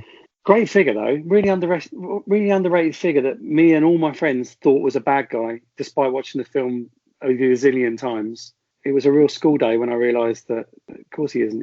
He's there on the Endor mission, and he's a good guy. So that's all the ground troops. So we've put them to bed. We know what's what with those. Let's look at the Bespin crew. So the guards. What do we think to those pistols? They must have had something, right? When they took the stormtroopers down. They did have guns, not those ones. So the things that we know as Bespin blasters, because they came with a lot of the Bespin figures. You know, the guards on Bespin had very elegant looking kind of Art Deco pistols that were more like Padme's in the Phantom Menace. So they look very much of Cloud City. They're quite elegant. So yes, they needed guns, and I understand why they wouldn't make those specifically at that point in the line. So again, that's an orange one. Lobot. I guess a hangover from the others. It's best been given one of them. Yeah. He didn't have a weapon, did he? He just had the internet before we did. Watched, didn't he? Yeah. Not unless it was hiding up his sleeve. So I only remember him checking how many steps he'd done that day halfway through the film. Didn't he? He had his pirate's puffy sleeves, didn't he? He did. So Lando hands him two stormtrooper blasters when they ambush the stormtroopers and strip them of their weapons. Do you know what? When I was doing this, I had another one of those. You know, when we talked about the Gamorrean and Gammon. Yeah. Well, forgive me, all ahead of me on this. Yeah, it's lobotomy, isn't it? Yeah. How come I've never noticed that before? I only realised a couple of years back. You've only just realised that Lobot is lobotomy. Yeah. Good God. So my mind's obviously on other things. You've been sniffing your felt tips, mate. That's what that is. I think it was just typing it out. I went, oh yeah. It took me a while to work out Gammon, to be fair. Every day's a school day. Gammon. Anyway, moving on. Lando. Is Bespin Lando's gun correct? Is it Bespin that it comes with? He comes with a Bespin blaster, yeah. Comes with, yeah, but he uses an Imperial blaster at the end, doesn't he? He does. I had the wrong weapon with mine for years, and I don't know if it's because my childhood one ended up with the wrong weapon or whether I had a mispacked weapon when I first got my Lando or what, but I always had a smuggler's blaster with him, always. Well, he's on lots of publicity stills with the Rebel blaster, all of those shots of him swishing his cape around, but Mark's right. He gets a stormtrooper blaster seemingly from nowhere. They have the little exchange at the door, or he runs down the landing pad, he gets to the Falcon.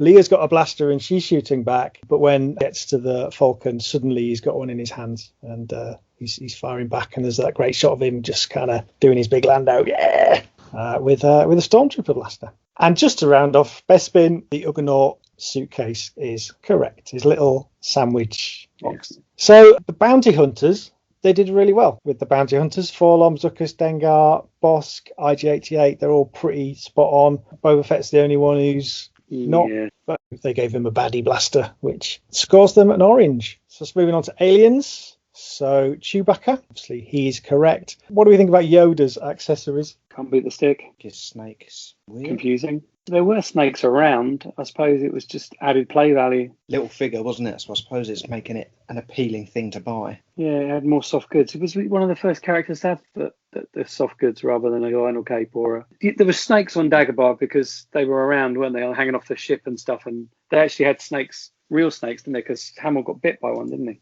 Bit bizarre to kind of sculpt and mould a snake. I'm sure lots of kids got a lot of enjoyment out of a little snake to play with that had no role in the film. Okay, and the Jawa and the Sand Person, they're spot on. I mean, the Jawa's got a unique gun, hasn't he? Yeah, that's very movie accurate, really. That one. Brilliant figure.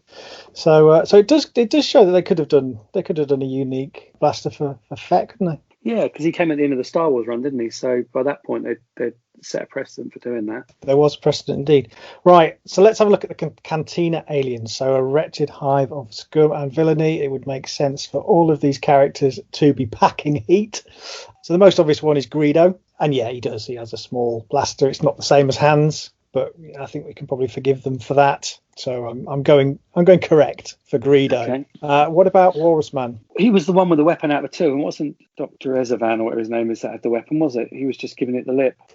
He goes to pull a weapon, doesn't he? I don't know whether you see one on the floor or not. I'm pretty, from memory, he's holding the gun when his hand hits the floor, isn't his hand holding the weapon? Yeah, I think hasn't he got those paddle hands in the scene, but you don't see them, and when they cut to the hand on the floor, he's got like he got a grip on it, yeah, and you can see the little gun. So he did have a gun, but it certainly wasn't a stormtrooper blaster. He would have been better off with a smuggler's blaster, in my opinion, on the Spivey Matrix.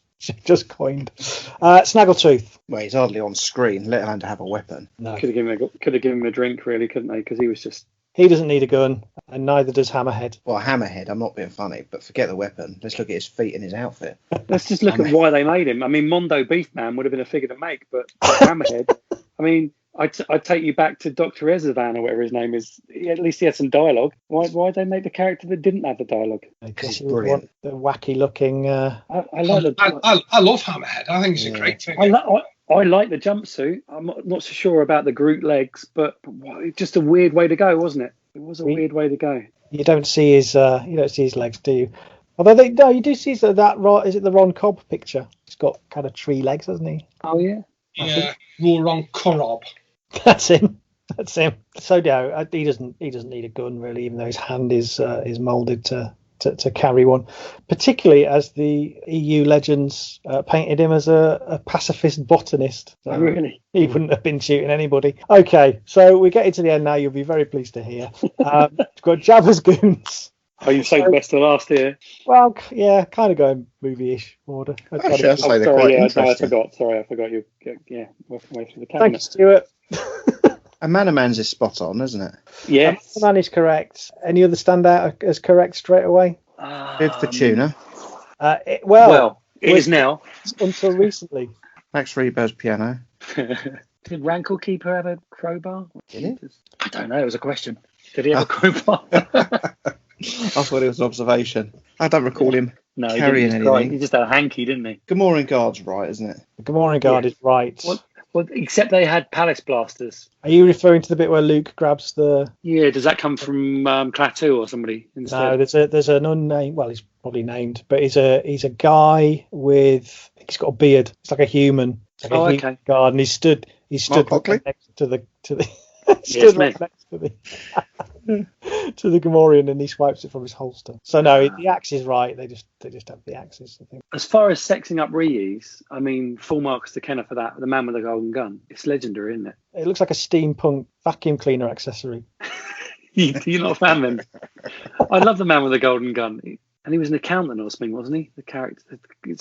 None of it makes any sense. Oh, he looked after the little pet frog thing, didn't he? I'm not up on my expanded universe. You know, Stu, you grew up in the 2000s. You know all about the expanded universe. What was Ree's job description? He looked after the pet, didn't he? And he hated Jabba. I have no idea, Craig. One of them was a spy. It might have been Squidhead. He was spying on Jabba. I thought Squidhead was the accountant. I don't want to pick the peanuts out of here, but I thought he was the accountant, the Squidhead guy, wasn't he? What an amazing figure Squidhead is. Yeah. Squidhead's great. Yeah, stunning figure, stunning accessories. So underrated. Yeah, I like him. So reuse, you are correct in saying that shouldn't have had a big golden gun. Did you say that, or did you say it was? Yeah, no, I said it was nice of them to upsell him like that, but no, it wasn't. It wasn't something he had. So yeah, that was completely unnecessary. You don't need that in your collection, and you don't need Squidhead to have a gun either, because he doesn't have a blaster on screen or in any behind the scenes images either, because his fingers couldn't hold them. So Yak Face, let's talk about reuse and Yak Face. What do we think to Yak Face's accessory? wasn't packed with an accessory in this country, was it? It was only packed with an accessory in Canada. Yeah, Canada got it wrong. He didn't need a weapon, but the UK one is actually right, everybody. Yak Face doesn't need a weapon because he doesn't have one on screen, and he didn't have one in a Tri-Logo package either.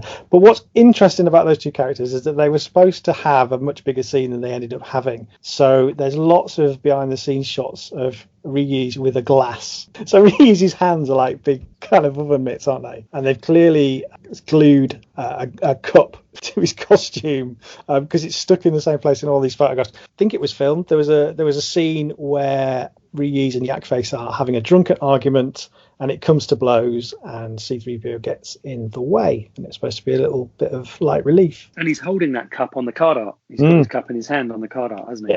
Yeah. So there you go, kids. Ryu's didn't need a Hoover accessory. He needed a cup. Who else have we got in the Jabba's kit? So Lando, his was correct. And what about Klaatu? Yeah, it's the skiffs, isn't it? All the skiff guards as well. Klaatu's skiff had some kind of lancey weapon, didn't he? Klaatu skiff card did. He runs onto the deck of the sail barge, waving that big thing around. Yeah, the regular one didn't. He had a palace blaster, didn't he? He didn't have anything. Oh, didn't he? No, he wasn't. Not in any of the scenes. So he doesn't need a weapon. Barada and Weequay are correct. What about Nikto? Nikto looks kind of right. I don't know. I thought there was a couple, because there was humanoid ones running on as well. I thought he was one of them that ran in just before the sail barge gets blasted and that, and they had their lance type weapons as well, didn't they? Well, he was driving the skiff. So he doesn't have, because he comes with that big thing that Barada comes with, the foreign Yak Face, but he's actually driving the skiff, and he pulls a palace blaster on Lando, and then there's that famous scene, and there's a couple of stills where they're tussling for that gun, and they fall off. So that's he should have come with a palace blaster. Right. So there you go. So we're going to move on to Ewoks now. Mr. Daniels, you've been quite quiet. I'm expecting you to play your Joker.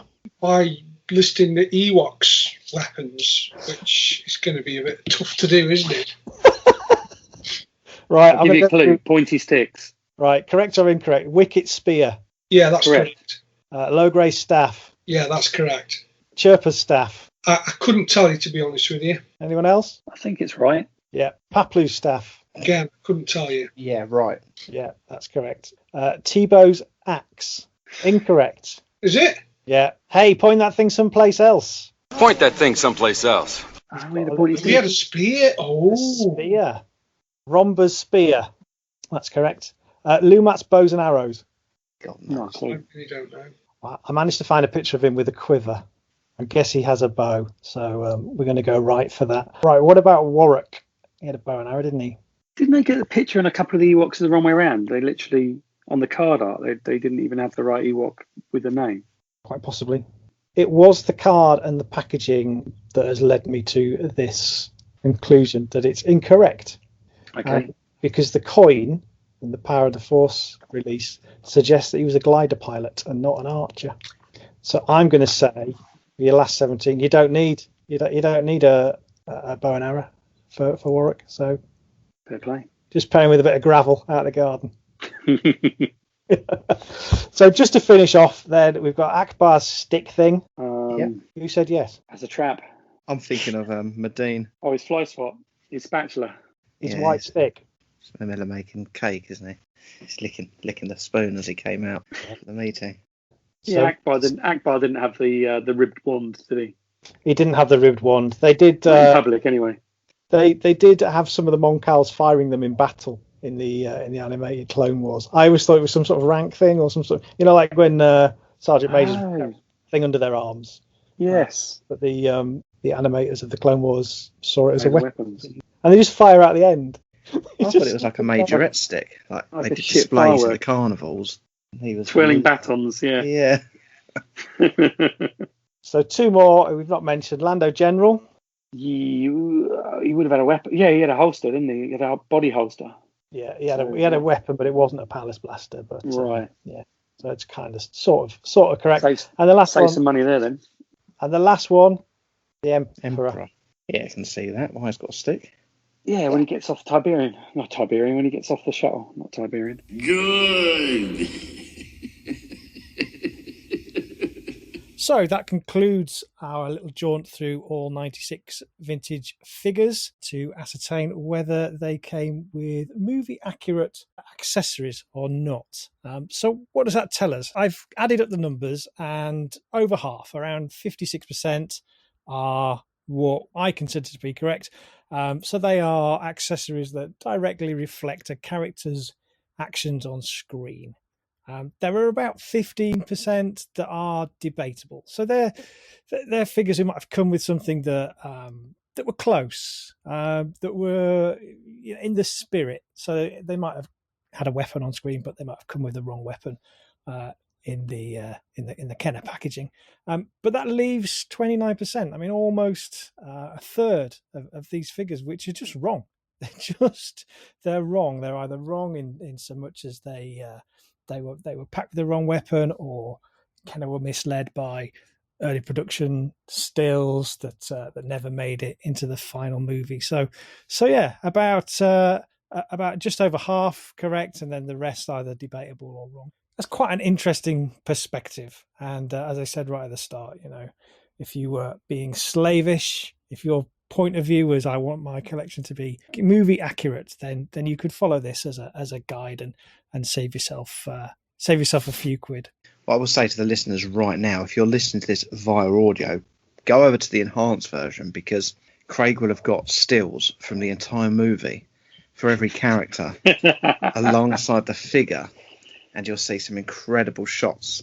Wow, yeah, really exciting, visual piece that is. Stuart, I did it as I went. Did you? No. I'm getting better. You would. I mean, I can put these things out there, and you've already done them all the time. Wow. Yeah, I thought, well, I might as well do it as I go, because make it easier myself. So yeah, I've been sat there scrobbling through Disney Plus trying to find weapons so that you all can just be armed with that bit of knowledge next time you're debating whether to spend 60 quid on a little bit of plastic or not. You could adopt this point of view. Craig, brilliant as always, mate. Definitely need to get you another hobby alongside Star Wars. I was saying he's got to get out more, but he does get out. He gets out more than I do. I don't know how he finds time for everything. Yeah, he was out only yesterday. Yeah, it's the busiest man alive. He doesn't do anything by halves. We gotta find out which cell this princess of yours is in. Here it is, 2187. You go and get her. I'll hold him here.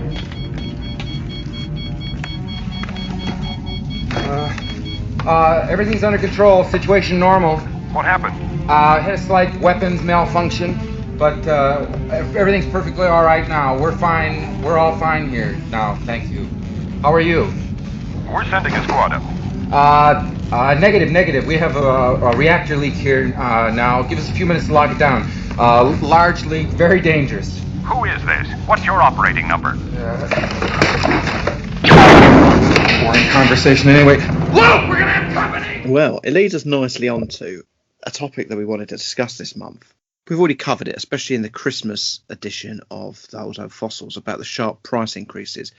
First of all, since about the Force Awakens announcement, but even more so during COVID, where we saw prices absolutely skyrocket.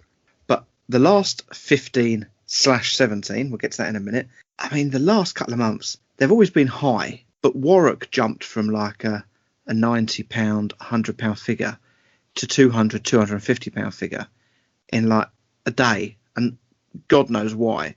So I thought we'd have a little look at the line. First of all, a look at the figures that are in it, see what we actually think about them, the designs, and then we'll look at the prices of them, because it is quite an interesting price rise. So Mark, I'm going to come over to you first, mate. Before we get into this topic, some people refer to this release as the last 15, which I know you're one of them, whereas other collectors coin it the last 17. Why are there two opinions on this? Well, I've just said you're the last 15. I was going to ask you what side of the fence you sit. Why is there some people call it 15, some 17? I'm old school, like you say, so it has always been last 15 for me, and has been since the sort of 90s. But since the Facebook groups have really sort of taken hold, I have kind of sort of ended up referring to them as Last 17, just so everybody knows what I'm talking about. Basically, it's those two figures. It was Lumat and Paplu before the last 15 were announced and ended up on the back of the Tri-Logo packs and whatever. So it's those two figures, Lumat and Paplu. They are the difference between Last 17 and Last 15, and why a lot of people sort of group those in with the Last 15. Yeah, because they were actually released on Jedi cards, weren't they? Yes, they were. Yeah. Yeah, it is strange then when you say that. Really, when you think of them as Last 17, it is a bit odd. Now, this wave of figures were available on two different card types, the Power of the Force and the Tri-Logo. Can you tell us why this was? Because this is a complete change from previous cards that we've seen. Okay, well, firstly, the Tri-Logo, they came out towards the end of the Jedi line, late 83 or early 94. I'm not exactly certain which. But at that point, you had Francis Meccano, PvP Spain, and Clipper for the Netherlands, and England's Palatoy. They'd all switched to the Tri-Logos because then they can incorporate cards that have the logo in French, English, and Spanish. Basically, as a cost-cutting exercise, by combining the multiple languages, it just made it easier to distribute them. Basically why they did it. But I mean, in the end, because it's towards the end of the line, in the last couple of years of the line, those Tri-Logo carded figures, actually, many of them found their way over to American stores as well. A lot of the KB Toys stock that was being sold for cheap, for like $2 for $1 even, was Tri-Logo cards. So that's what I kind of, to summarize the Tri-Logo. And then in answer to your question about Power of the Force basically came along to revive the line. By 85, 2 years after Jedi had been out, all the interest in Star Wars was tailing off in the States, and Kenner just decided they needed to revamp it and give it a new logo and a new design and add some value by adding the coins. Something that, as they said on the back of the card, was there's never been anything like it. But interestingly, with the Power of the Force, whether you call it the last 17 or the last 15, there was only 13 of those figures were available on Power of the Force in the States. Initially, you had a Man-O-Man, A-Wing Pilot, Barada, EV-99, Han Solo Carbonite, Imperial Dignitary, Imperial Gunner, Lando General Pilot, Luke Battle Poncho, Luke Stormtrooper, R2 Pop-Up Saber, Romba, and Warwick. And then there was the mail-away offer on those figures to get the Anakin. Whilst in Canada, they released Anakin as a carded figure because I don't think that offer was extended to Canada. And they got Yak Face. So that's basically, as I understand it, what they did with the Power of the Force line. And then in addition to that, those 15 new figures, or 13 as they got in America, they revived the line, or padded out the line, with 22 figures that were previously available on Star Wars Empire Strikes Back or Jedi. Yeah, I mean, they put these coins, obviously trying to reignite the line. It didn't really work because that was the end of Star Wars as we know it. Coming from the farthest reaches of space are the most awe-inspiring, the most desired gifts of the galaxies. They are the Star Wars collector's coins. Every Star Wars action figure comes with one. Dynamic graphic front, action story back, over 60 different coins in the collection. But the best is each and every Star Wars action figure comes with one. Every figure? Every figure. Look for the Star Wars collector's coins in your neighborhood. Obviously, you just touched on Yak Face. Craig, Yak Face, the price has always been high because we understand that the States didn't have it and the US collectors have always wanted the loose figure. Is that a fact? Did Yak Face never make the States? He's in Canada. It is a fact that he never got a proper release in the USA. It was released on a bilingual Power of the Force card in Canada by Canada and Irwin Toys, but that was actually quite short-lived, and it got shipped to Toll Toys in Australia, which is why it showed up over there. Obviously, it was widely available on a Tri-Logo card in Europe, although, as we've discussed, not packed with a weapon. It was a lot of these European cards, as Mark just said, ended up over at KB Toys in the clearance bins. So it was available technically at retail in America via that format. As to why it was never released in the US, there was a hand-painted hard copy of Yak Face that appeared in the 1985 New York Toy Fair Kenner display, and Kenner Power of the Force proof cards do exist for Yak Face, but a carded figure has never materialized. So popular theory is that he was being held back for a mailing offer. But other than Kenner baggies of the figure, there hasn't been any other evidence to support that, really. So there's been no pre-production Yak Face offer cards, artwork, or sticker rolls or anything like that. And I think it's widely accepted that Kenner's next promotion was going to be this planned album for the coins. That was the thing that they were gearing up to release. So while the notion that it was being held back for a mailing offer is a good story, it's yet to be 100% corroborated. Interesting. Well, I thought we'd go through the figures and just see if we give them a thumbs up as a figure, an action figure, and a little bit about them. I know Craig has just discussed weapons. We'll go through these. Mark, I know you love an Ewok. We're coming to you first. The tribe's chief woodcutter, Lumat. Chief woodcutter? He's got a bow and arrow, hasn't he? Yeah, but he's also the tribe's chief woodcutter. Where have you had that information from? I see Sansweet book. Oh, right. That's, I've just got... He's got an Ewok with him. He's got one sat next to him. He's literally got it from the horse's mouth. It's just boring figure. Okay, so you're not an Ewok lover, but as far as the 8 Ewoks... Of all the Ewoks, I reckon he's probably the dullest. Do you know what? I think you're right. I agree with you. I'd agree with that. It's very generic looking. Boring look on his face, just boring. I mean, he heard the story by 3PO, and he joined the battle against the Empire to protect the moon of Endor. He put down his axe and he picked up his bow and arrow. Yeah. And he opened our hearts. Going to leave the wood cutting to one side. Off he went. Okay, Mark, let's keep on. You're going to go Paplu, aren't you? We're going to go Paplu, yeah. Yeah, well, it's Kenny Baker, isn't it? So you can justify this one's existence because it did something in the film. He's a hero. It's a hero. He's brave. He pinches a speeder bike. Yeah. I mean, if it wasn't for him, they probably would have lost. He didn't respect their authority, did he? He was just on it and off. I mean, in my opinion, following narrative about do you really need certain weapons with the figures, there's a lot of Ewoks you don't need as well, isn't there? I mean, Lumat being one of them, right? But Paplu, you need it. You need a Paplu. And you need, from the previous line, you needed Chirper and you needed Logray. That's all right. That's fine. That established there were some bears and they did stuff. I think Paplu's a winner. I think you've got to represent the Ewoks. So everyone agree with that? Yeah, I'd go out on a limb and say he's my second favourite after Warwick. Wicket Warwick, Warwick, Wicket David. Easy for you to say, Craig. Yeah, good little Ewok. Craig, we're coming back to something we've only just spoken about, but I think this also is a big throwback to the Halloween special. Yak Face as a figure. What do you think? As a figure, he's not great. I understand why they did him after reading that he was supposed to have a bigger scene, but yeah, he's not. I mean, you look at some of the figures from that era; they're quite, realistic. They look quite, on the money. Whereas this little kind of beige jerkin and his fluffy scarf, it feels more like a throwback to the Cantina aliens to me than where the line was at. Really? So not a winner for you? Not a big fan of the Yak Face. Mark, a winner for you? I think so. And I think it goes back to that feeling of finding a figure like that in a car boot sale or at a toy fair for little or no money. So he holds a certain degree of magic. Finding a Yak Face for a couple of quid or 50p at a car boot sale or whatever. I don't know.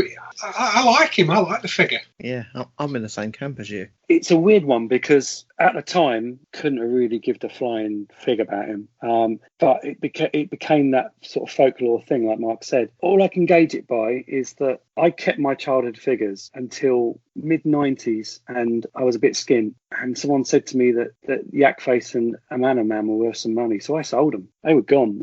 They had no nostalgia for me as figures. As an adult collector, I do like him because it was one of those first nerdy facts I was learning about. Yak Face wasn't released in America and all that kind of stuff. And kind of as an adult collector, it was one of the first things I learned about the hard way by selling it and then realizing I hadn't sold it for enough money. So I got 60 quid for the pair of them. And then when the person came to pick them up, they went, "Oh, it's brilliant." And the fact you did them both for 60 quid because this one's worth 60 quid on its own. And I'm like, what? I mean, that was a bit stupid of them to tell you that, wasn't it? Do you know what? It was incredibly honest and hurtful. However, it did work out It did work out quite nicely in the end because, very long story short, the woman that bought them from me, a lady called Mandy, who I don't think is in the hobby anymore, she was in advertising. She had a company in London called Dry, and they used to do advertising. And she was a big fan of Star Wars, so she wanted them to put in the reception of her office. And she was just missing those two. We became friends for a few months, and actually we used to go to shows together and bought up, and she helped me buy a lot of things. When we bought collections, she bankrolled it basically and let me pick a few bits out for helping her find collections. So it worked out in the long run. She obviously felt really bad about giving me 60 quid for the two figures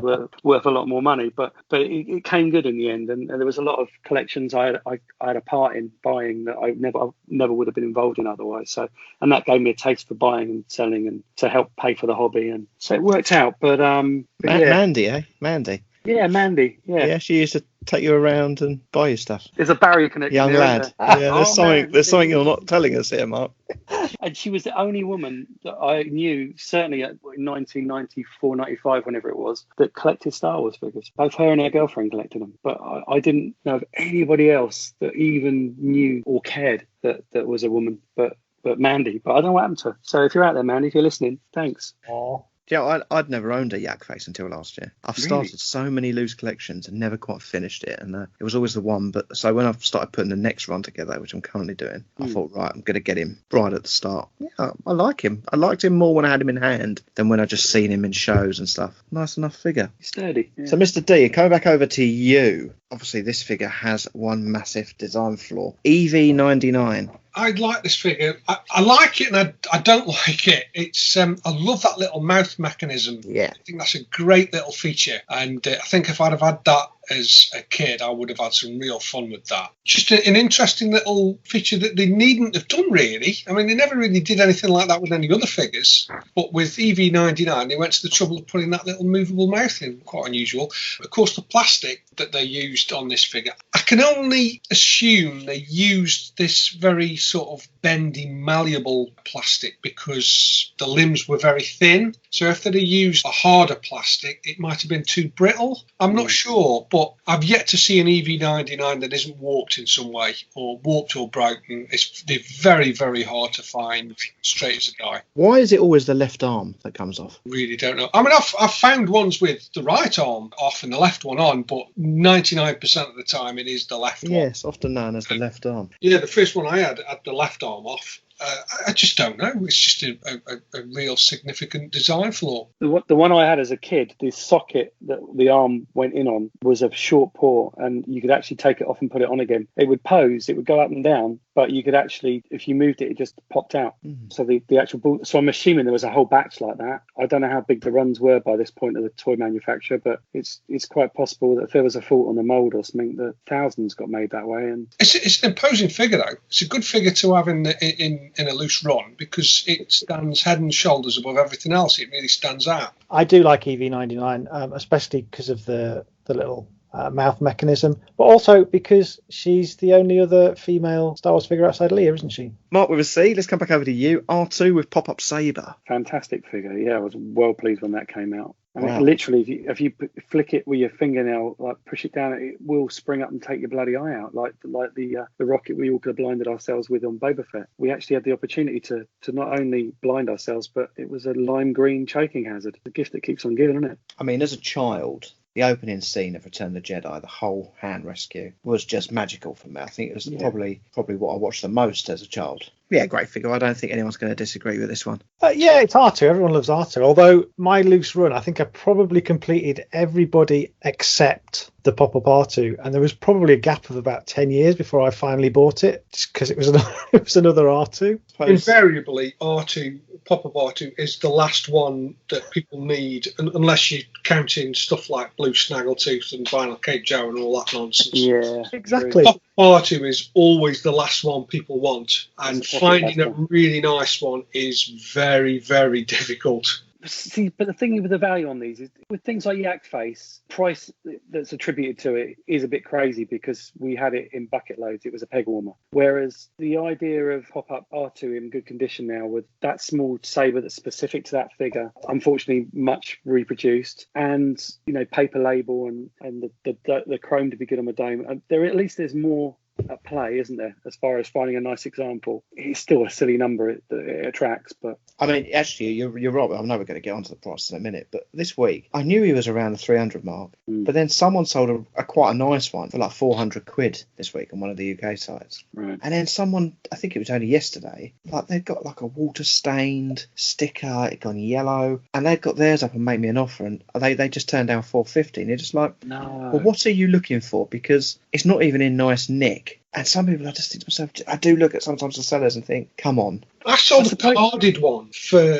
less than 400, not 18 months, 2 years ago. It's crazy, isn't it? The trouble with Make Me an Offer is it's all relative. Everyone's got different depths of pocket. And the problem is some people are on all these groups all day long, every day, trying to find stuff. Some people just go on for an hour a week on a certain day of the week and look. And that's what you're competing against. If somebody that just happens to have the combination of deep pockets and short on time just sees a Make Me an Offer goes up and they happen to be there as it's posted up, they're going to shoot for the moon, aren't they? They're going to throw in a big bid. And sometimes I swear down that the people that are putting these things up have got a figure in mind, and yet you'll get a barnstorming opening offer from somebody and you think, well, that's it. And they go, oh, no offer just yet, because they've just sat down on the sofa again going, well, I thought I knew what this was worth, but obviously it's worth more. And there's some Facebook groups which astound me on the prices that things go at. Every now and again there's something cheap on them, but for the most part things are selling in minutes and they're not selling cheap. But we're driving the market, we're the ones, we're making the offers. Well, this is the problem, you see. You talk about these people that come on and they've got very deep pockets, or they're after a specific thing and they just happen to be there, and what happens then is that sets a precedent. Yeah, totally. Once something sells at that price, oh, right, okay, that's what they're worth now. I'm going to sell mine at that price. So all of a sudden, and I think this is what's happened with the old Warwicks and Rhombers and all the rest of it, figures that were only a few months ago selling for less than £100, all of a sudden,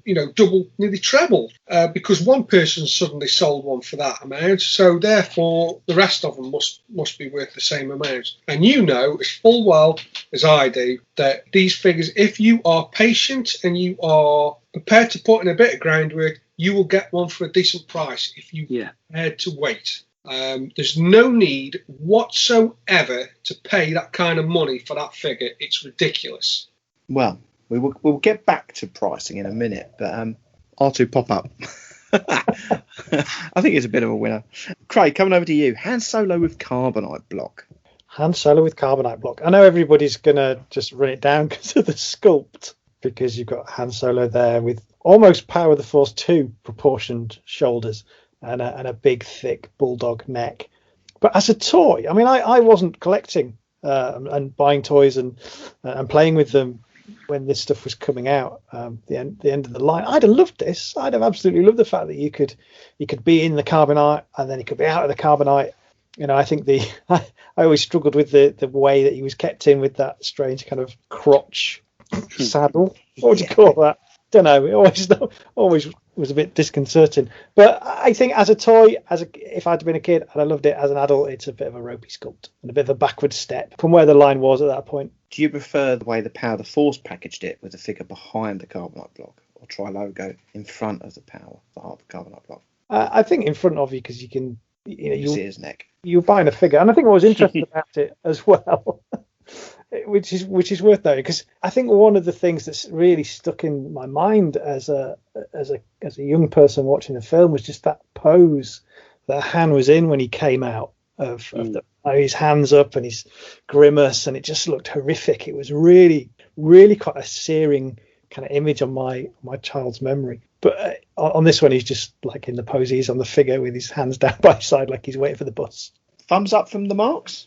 No, I don't like it. You had Han Solo in a carbonite block in Slave One. There was no need to do him as a figure. It's boring, it's cheap, nasty. Of all the things he could have done, a carbonite block. I mean, Jesus.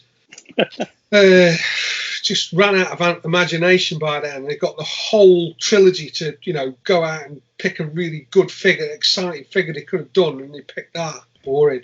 I have to sit in Craig's camp. I don't think the sculpt's great. His neck's ridiculous. No. But I think playability as a toy, I think there's a lot of fun there. Yeah, I play with it a lot. I remember I looked past his obvious weight gain in stasis and played with it. But then I had the Slave One carbonite, which was more accurate. Yeah. Even though Did you have most of these as a child, Mark? I had all of them apart from Warwick and Lumat, I think. Oh, the best ones of the line. Surprised I didn't get that. Right, let's go back over to Mr. Daniels then, because he didn't like hand carbonite. Crikey, what's he going to say about this? Imperial Dignitary. I don't care what anybody says about this figure. I like it, and I'll tell you exactly why. In a sea of whites and blacks and browns and greens, this figure in a loose run stands out above all others. You know, that bright purple smock. Yeah, okay, so a bit of a static figure, but it could have been interesting in sort of set plays. You know, I never had it as a kid, but I probably could have used it quite interestingly, I think. And like I say, I like the colour, and that little chip on his nose is always nice when you find one without a chip. So that makes that figure, finding a figure like that, special. Yeah, I don't care. I think it's a cheap shot to diss this figure, and I like it. I think it's different. Yeah, I'm a fan as well, actually, Mark. Actually, you talk about the chip on the nose. You see quite a lot of them in the bubble with that chip, don't you? Yeah. As an adult collector, I like the colour. Yeah, I like the splash of colour it gives it on the display. As a kid, I didn't mind it either. It had more playability than even Anakin had, really. But it fell down in the same way that, as far as play value, because I don't know about you guys, but when I was playing with these as a kid, I wasn't always playing the narrative of the story. So it would have been good if he could have held a gun or something rather than having to cut the useless arms, because all he could then otherwise be is an ideas man. If you're playing a game, he's like whispering in someone's ear or doing something he shouldn't be doing, but he couldn't be in the action. So as an action figure, he was a little bereft in the hands department. But yeah, it was like Mark said, it was a bold move. It was nice use of colour, and I don't remember him being a poorly thought of figure at the time. I think most of my mates had one, and it's interesting that you play with it. Now, Craig, I know that when you used to play outside of Star Wars with your toys, he was often the chap giving sprays of aftershave in the toilets. Is that why you're still fond of him? I don't have a problem with the Imperial Dignitary. I think what I like about him is that he expanded the Empire kind of backwards in a way. He made the Empire not just about the frontline troops and Vader and the Emperor. There was more going on.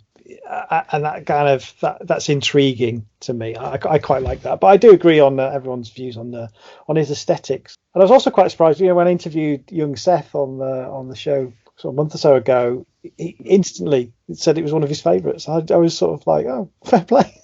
Well, do you know what? I didn't think we'd be seeing that tonight. We got a clean sweep for the Imperial Dignitary, and I think he's the only one so far from the line that's had it. Maybe Paplu. I mean, that's impressive going. Mr. Hockley, Warwick, a bit of a treasure for you. Second D-Walk of the night. It was one of the ones I didn't have as a kid.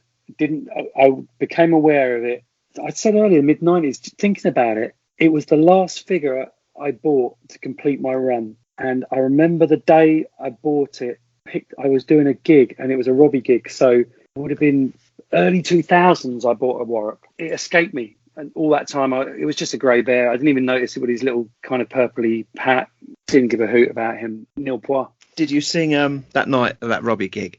Did you sing I Don't Need to Warwick DJ? I sang Hell is Gone, but Warwick's here. There's nothing left for you to fear. Shake your ass, come over here, now scream. The worst thing was, actually, I remember it was the week after I played a gig. I picked it up from just down the road from the Chicago Rock Cafe that we played at in Windsor. I was talking to the person I was buying it off of, and they looked at me sideways a minute and went, "Oh, is it for your kid?" And I said, "No, I collect them." And they went, "I recognise you, don't I?" And I was like, "No, I'm not from around here. I'm from Reading." And they went, "No, you were that Robbie Redboot." And they'd been at my gig the week before, and there I was buying toys off them. They were thoroughly disappointed because they just thought I was buying it for my kid. Are you buying these teddy bears for your kid? No, it's for me. For me, I mean, we just said Lumat was a bit boring. He really is, to me, just Lumat with a different colour headpiece. Totally, Stu, that's exactly my sentiments as well. It's just Lumat with a different headpiece. And a straight arm. Yeah, completely interchangeable. It's just Kenner pulling a fast one. Well, why not? They gave us lots of good stuff, so we'll let them off. But Craig, he's cuddly, he's cute, he's got a lovely bottom. Rhomba. Rhomba's all about the teeth. Oh, yeah. I think it's his teeth and maybe his nose. He's got quite a wide set big eyes. He does stand out. He does have a distinct personality against particularly the two we've just mentioned. I don't dislike Romba. I think he's one of the better Ewoks. I think he works quite well. He's all brown. You'd have to line up his stripes or any nonsense like that. You don't have to line up his stripes. What well, are you? The stripy, the stripy ones. If you pose them in any other way than they should be, they look a bit weird because their stripes don't line up. Tebow with no grey. I'm looking at you. Yeah, he's right. I am right. Thanks, Mark. Got stripes running up their legs, yeah, and obviously that runs over the join. Yeah. And if you move their legs, they don't. It's a worry-free life you've led, isn't it, Craig? I'm glad I found you to be my friends. Yeah. Is Romba a winner for you, Craig? Yeah, I'm gonna put him as a winner. He's a winner for me, Mark. Me, I give or take him. I take or leave him. Really, I just. Yeah, I'd echo that. I think that's the last of the Ewoks. I think we have done the last 17 Ewoks. So coming over to you, Mr. Daniels, Barada. I like Barada. Along the same sort of lines that I like the Imperial Dignitary in the fact that his colours are very different from all the other colours on the other figures. And also his stance is very imposing, isn't it? He's quite wide, isn't he? His arms are out and he looks quite threatening and menacing. I like him. I think it's a good figure. Image on the card back was a bit odd. Yeah, a lot of Jedi imagery was a bit naff, wasn't it? He's just walking home, isn't he? On the card art, he's just like he's missed his bus and he's just walking home. Yeah, got a little fez hat on as well, hasn't he? Yeah. Yeah, could have been better, but I guess they were a bit short on reference. So yeah, he's a good figure. I like him. I like him as a figure. Yeah, he's good. Like Mark says, he's got some real presence. I think he holds his weapon very well in two hands. Sort of grips it on one side and then has his sort of palm flat on the other to rest it in. It's quite good. Is there anything I need to do with his legs or arms when I'm displaying him? No, what you need to do with your Barada is check what COO it is. It's one of the few interesting COOs, in my humble opinion. I've never heard of one that is interesting. Go on. Oh, this is it. Well, allow me to enlighten you. Actually, I can't really remember the facts. I think. Brilliant. I think that there is a sculpt. Well, they're the same sculpt, but the COO on some of them is 84, and some of them are 85. And if you've got one that's, I can't remember which one or the other, 85 more exciting. So there you go. And why is it more exciting? Because some of them were packed with I assume it comes down to they were packed with the Jabba's dungeon playset, and those ones predate the ones that came out later, which have got the later COO. Right. I'm Ron Burgundy. Yeah. You said it was exciting. I'm waiting. Waiting for the punchline. The punchline is as exciting as it gets. Is it's worth more if it's 85 because they're like hen's teeth. Right. And it's really hard to see the dates as well. Yeah. Yeah. You need a bloody magnifying glass to see them. They're so hard to see. Do you know, everybody check your Barada. When we record this, show, this is where I kind of ingest facts. I mean, you get some good information. I don't think that one's going to stay in. It doesn't need to. It doesn't need to. Everybody right now, pause the podcast. I guarantee you. I was told it was going to be exciting. Well, I will now because I've raised this issue that it's not going to excite me. I mean, it's an interesting fact, Mark. Okay. But maybe don't run with this is the coup that's the most exciting, because if that's the most exciting, I'm not getting into coups. Coup. No, don't get into coups. You don't need to get into. You don't need to get into weapon variant, weapon Vivo version thing. What's it? None of that matters unless it matters to you. In which case, embrace it. Yeah. Okay. But it doesn't have to matter to everybody. Okay. But check your Baradas. Right. Right. Don't mute for a minute, Mark. You carry on. Lando Calrissian, General Pilot. Oh, right. I thought you were being sarcastic. I am up next. Great figure, great sculpt, sexy cape, pricey weapon. Not really necessary, but there it was. Yeah, great figure and welcome. And I really liked it. And incredibly hard when you've lost the cape for it to find a replacement cape for it. It's a beautiful colour cape, isn't it? Oh, it's amazing. In fairness, they didn't make a bad Lando figure, I don't think. I like all three Lando figures. Couldn't agree more. Yeah, no, great sculpt, great. They knocked it out of the park with that one, as far as I'm concerned. Really accurate. Nice figure that. Very classy looking. Yeah, very swishy, very swashbuckling. Craig, over to you then. From one amazing figure to another, Anakin. Anakin. I mean, it's complete, total odd man out. Anakin out of the whole line, because he didn't really exist in that form, did he? Only as the ghost at the end, but and he's got these strange light blue eyes, and the card's awful, and it's not good. I kind of get his place. It's Vader's redemption arc, and that's the end point, but he does nothing other than appear in a lineup, really, is he? So no.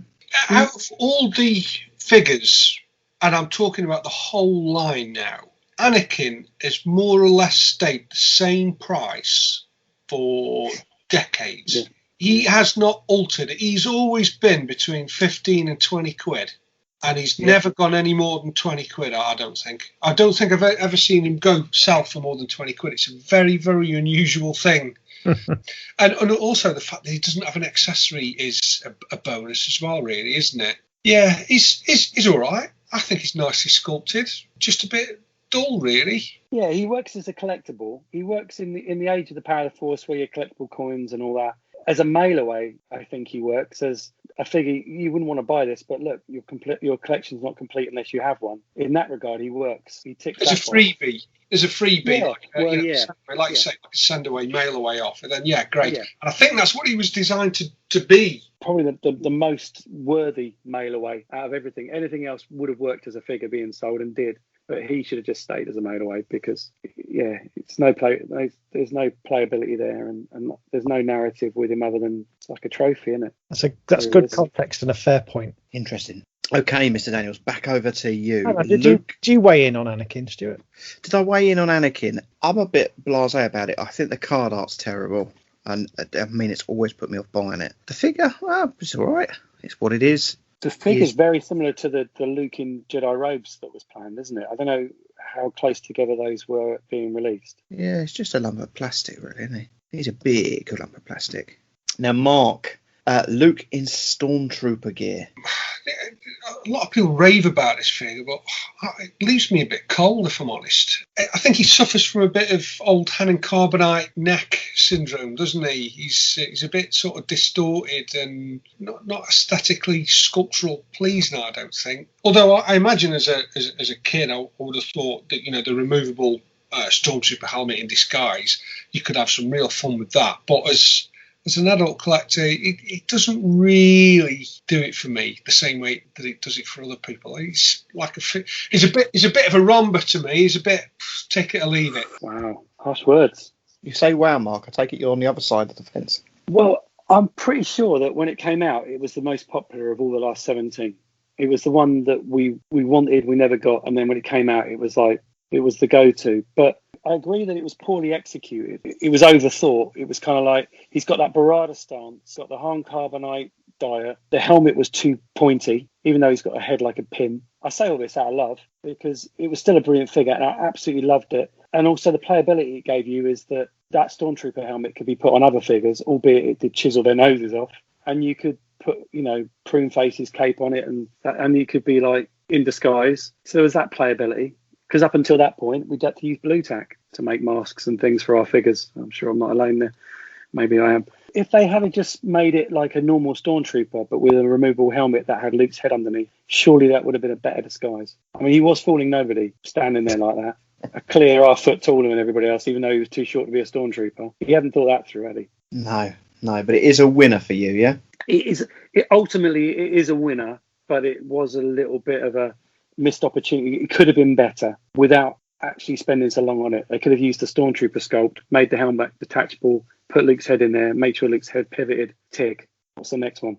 That would have worked. Yeah, I agree with the failings of the sculpt. It doesn't quite work for me. He embodies all of the lost potential of the line, doesn't he? All the things they could have done, because he was the only one where they went back to the first film and went, well, what did we miss? What else could we have done? So that thinking is great and would have been great to see where that went. And I always liked Luke in his Stormtrooper gear. I always thought that the number one Topps card where he's got the black polo neck on was always really quite striking, quite iconic. So a shame they didn't quite do him justice. He's probably not even in my top 5 Luke Skywalker figures in the original line. Crazy they never did a Han. If you went as far as doing a Luke, why wouldn't you do a Han? Yeah, well, unless that was planned for the second wave, they're keeping some of the main figures back is all you can think of, and then it didn't work out. It's it's only got to pop the head on that and stick a hand head on it, and you've got another figure on it. True, yeah, true that. Mr. Hockley, this is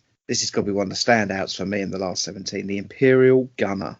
So another one harking back to, I guess they were in other films as well, but harking back to the original end of the original film. Got a little bit of a stance going on as well, but great figure. No, I really did like that one. He always reminded me a bit of an Action Force type figure. Yeah, a little bit masked. Had that feel about him. Yeah, a little bit masked, a little bit like the way he's dressed is a bit like the ATST driver, which always reminded me of that TV show V. The leader of V always reminded me of the ATST driver. In fact, I think I used to play with the ATST driver as being a bit of a V crossover, and that's another figure, Imperial Gunner, that was kind of in that ilk. So he's a great figure. Yeah, what do the other guys think? This was the last Star Wars figure I bought back in the day. And this was, 1985, 1986. So I'd have been 12, 13. So I was right at the end of my Star Wars journey, first Star Wars journey. And I remember seeing them in Tesco's. I hadn't bought a Star Wars figure for quite some time by then. But I remember when I saw this figure on the shelf, I thought, oh my God, I've got to have that figure. I bought it and took it home. I absolutely loved it. And it sat next to on my bedside table for ages. I think it's easily my favourite last 15 figure, last 17 figure, possibly top 3 all-time figures. Love it. Brilliant. Yeah, well, they say less is more, don't they? And this is a really good example of that. I mean, it's minimal, it's sleek, it's sexy. The red visor, little splash of silver, little white emblems on his arms. It just works. It's great. Yeah, perfect figure.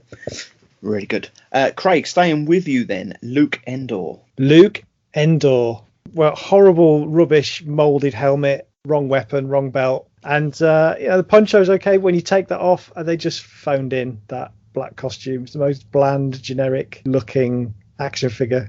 Yeah, I think as an ensemble, it kind of works. But as a figure, if you break it down, it's not that great, is it? No, you're right. Actually, that's a pretty scathing. Fair assessment, though. Yeah, it's spot on. Yeah, I agree. Missing a saber. Should have had a saber. Should have had a saber. In fact, does he have a saber pictured with him on a card front? Or... Yeah, he does, doesn't he? No, it's just him looking, isn't it? Looking. Oh, he's got the helmet in his hand, I suppose. Yeah. And you know they super glued it. Definitely should have had a removable helmet, same as Leia. If you're going to do that with Leia, you should do it with Luke. It's as simple as that. Yeah, especially when it came after Leia. I mean, if it was before it, you kind of understand it. But the fact that Leia's already out. Yeah. I had great potential, that figure. Great potential. Could have been one of the best in the whole run. But, just not quite good enough. Bit of a thumbs down. Mr. Daniels, A-Wing pilot. I like it. I like the pilot figures, like all the pilot figures. Always nice to have a decent pilot figure. And again, it's nice to find one with a weapon. Find one with that hideous little black weapon that everybody's falling over themselves to buy these days and pay 100 and whatever pounds they are at the moment. I like it. I think it's a good figure. Don't you think it was a bit of a shame that there was no A-Wing? I know that it came in the droids line, but there was no A-Wing toy, and you got a pilot, and then you got a Y-Wing without pilot. I never had a B-Wing either. The A-Wing was probably the closest there was to a proportionally correctly scaled vehicle. He's not a handsome man, is he? No, not really. I think he's more of a pilot-looking guy than the B-Wing pilot. Oh no, what are you going on about? B-Wing's into a Walkman. He looks a little bit startled, doesn't he? But the A-Wing pilot looks like he could be like a Spitfire pilot or something. I guess. He's okay. They're the Ferrari of the sky, I'll have, the A-Wings. Finally, Marc Hockley, here we go. A man. A man. Yeah, I remember liking it at the time, but what a weird figure. What a weird scale. Doesn't really fit, does it? Doesn't really fit the line when you look at all the figures. Stumpy little legs, little tail that's just kind of there to hold him up. And all right, mate. What about Anna? Great big arms. Sorry, mate. I thought we were doing a Stuart roast. It's a weird one. Like I said earlier, that was first two and probably the only two childhood figures. I mean, I did part with them in the end, up just upgrading because I couldn't afford to keep them all. But through choice to sell a Man and Yak Face, were like, yeah, get them gone. You got a lot of figure for your money. I think as a kid, I liked it, but by the time I was a teenager, it just didn't fit. It had no nostalgia for me, and it didn't look aesthetically like a Star Wars figure. It was like a dinosaur type weird reptilian thing. But looking at it now as well, what a bloody scary weapon. All those skulls on it. And I mean, he literally was a headhunter, wasn't he? That was what he was meant to be. And there he was. A weird toy. Probably right up there with the Burger King fun meal with Darth Vader standing around lots of dead rebel fleet troopers. What a weird toy to give us. Great big hands. Hands like spades. I like a man. I do. I think he's quite striking. When you think about it, he's probably got more in common with Max Rebo and Sice Noodles and Droopy McCool. He's from that school of wacky alien, and you could have seen him boxed. Yeah, he made sense in the Jabba's play pack. You'd think they would have held back on things like that to make those more appealing, giving you an exclusive figure, but there he was in the line, even though Sice Noodles probably would have had more appeal as a carded figure. So that is the line and what we think of it. Just a quick sweep round. What's everyone's favourite? Out of those 17? No, out of the He-Man line. Out of the He-Man line, Trapjaw. Definitely Trapjaw. I can't believe we've got hours now. I've watched Empire Strikes Back almost twice while we've been doing this, and we've not mentioned Trapjaw until now, and it's a travesty. Yeah, last 17. Imperial Gunner for me, mate. Imperial Gunner. It's a tough one. If a sculpt had been better, it would have been Luke Stormtrooper, but as it is, I'll go Lando Calrissian. What a great figure. Yeah, nice. Craig? Yeah, I'd agree with Lando. Yeah, and I would also go with Imperial Gunner, so a split there. They wanna wonga. Oh my. We wanted to talk about the pricing. I'm going to come to you in a minute, Mark. I'd like to hear the kind of trading figures for in the 90s to start with. But I went on to Tracker just to get the averages, because I notice a lot online, people come on, what will it cost me to put together the last 17? And a lot of people quote it at 2,500. If you take the average off Tracker for each figure, it comes to, I've rounded it up to the nearest pound, £2,910. Wow. That is your average on there. But got a few more stats on that in a minute. But let's just have a look at that, at the price rise we've seen. So Mark, in those early collecting days, we know that they're rarer figures and they're always a little bit more expensive, but what were we looking at? Yak faces were 20 quid. In fact, when I first kicked off selling, sort of 1992, I think it was, we did a first table. We were selling yak faces for 12 quid, and dealers at the start of the show were coming over, and we had sort of several, because at the time you could still pick them up at car boot sales for nothing, and dealers were coming over, and one guy came over and says, I will give you 20 quid for every yak face you can find.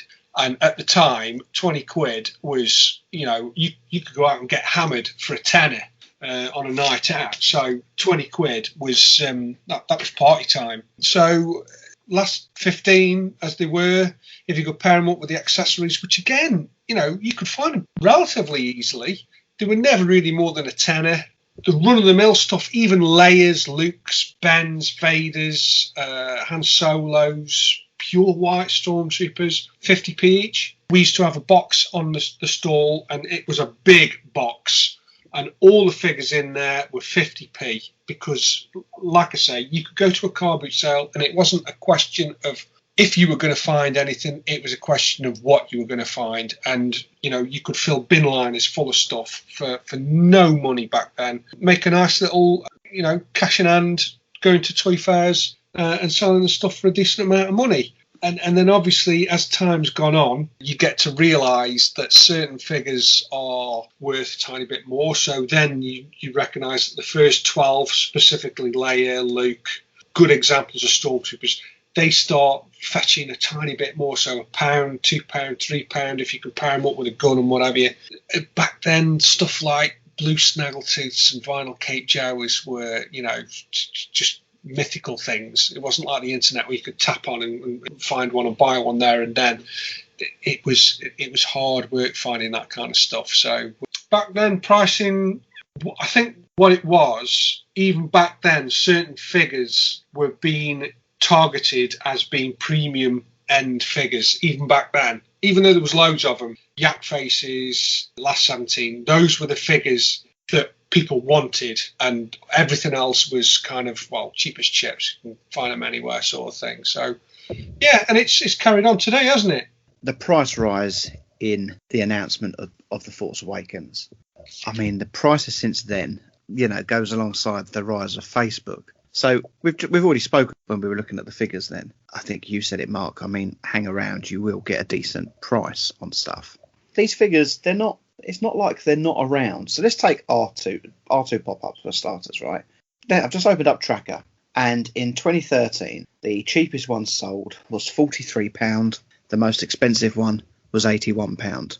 And then you jump. So let's go along the cheapest line first, okay? 2014, 64.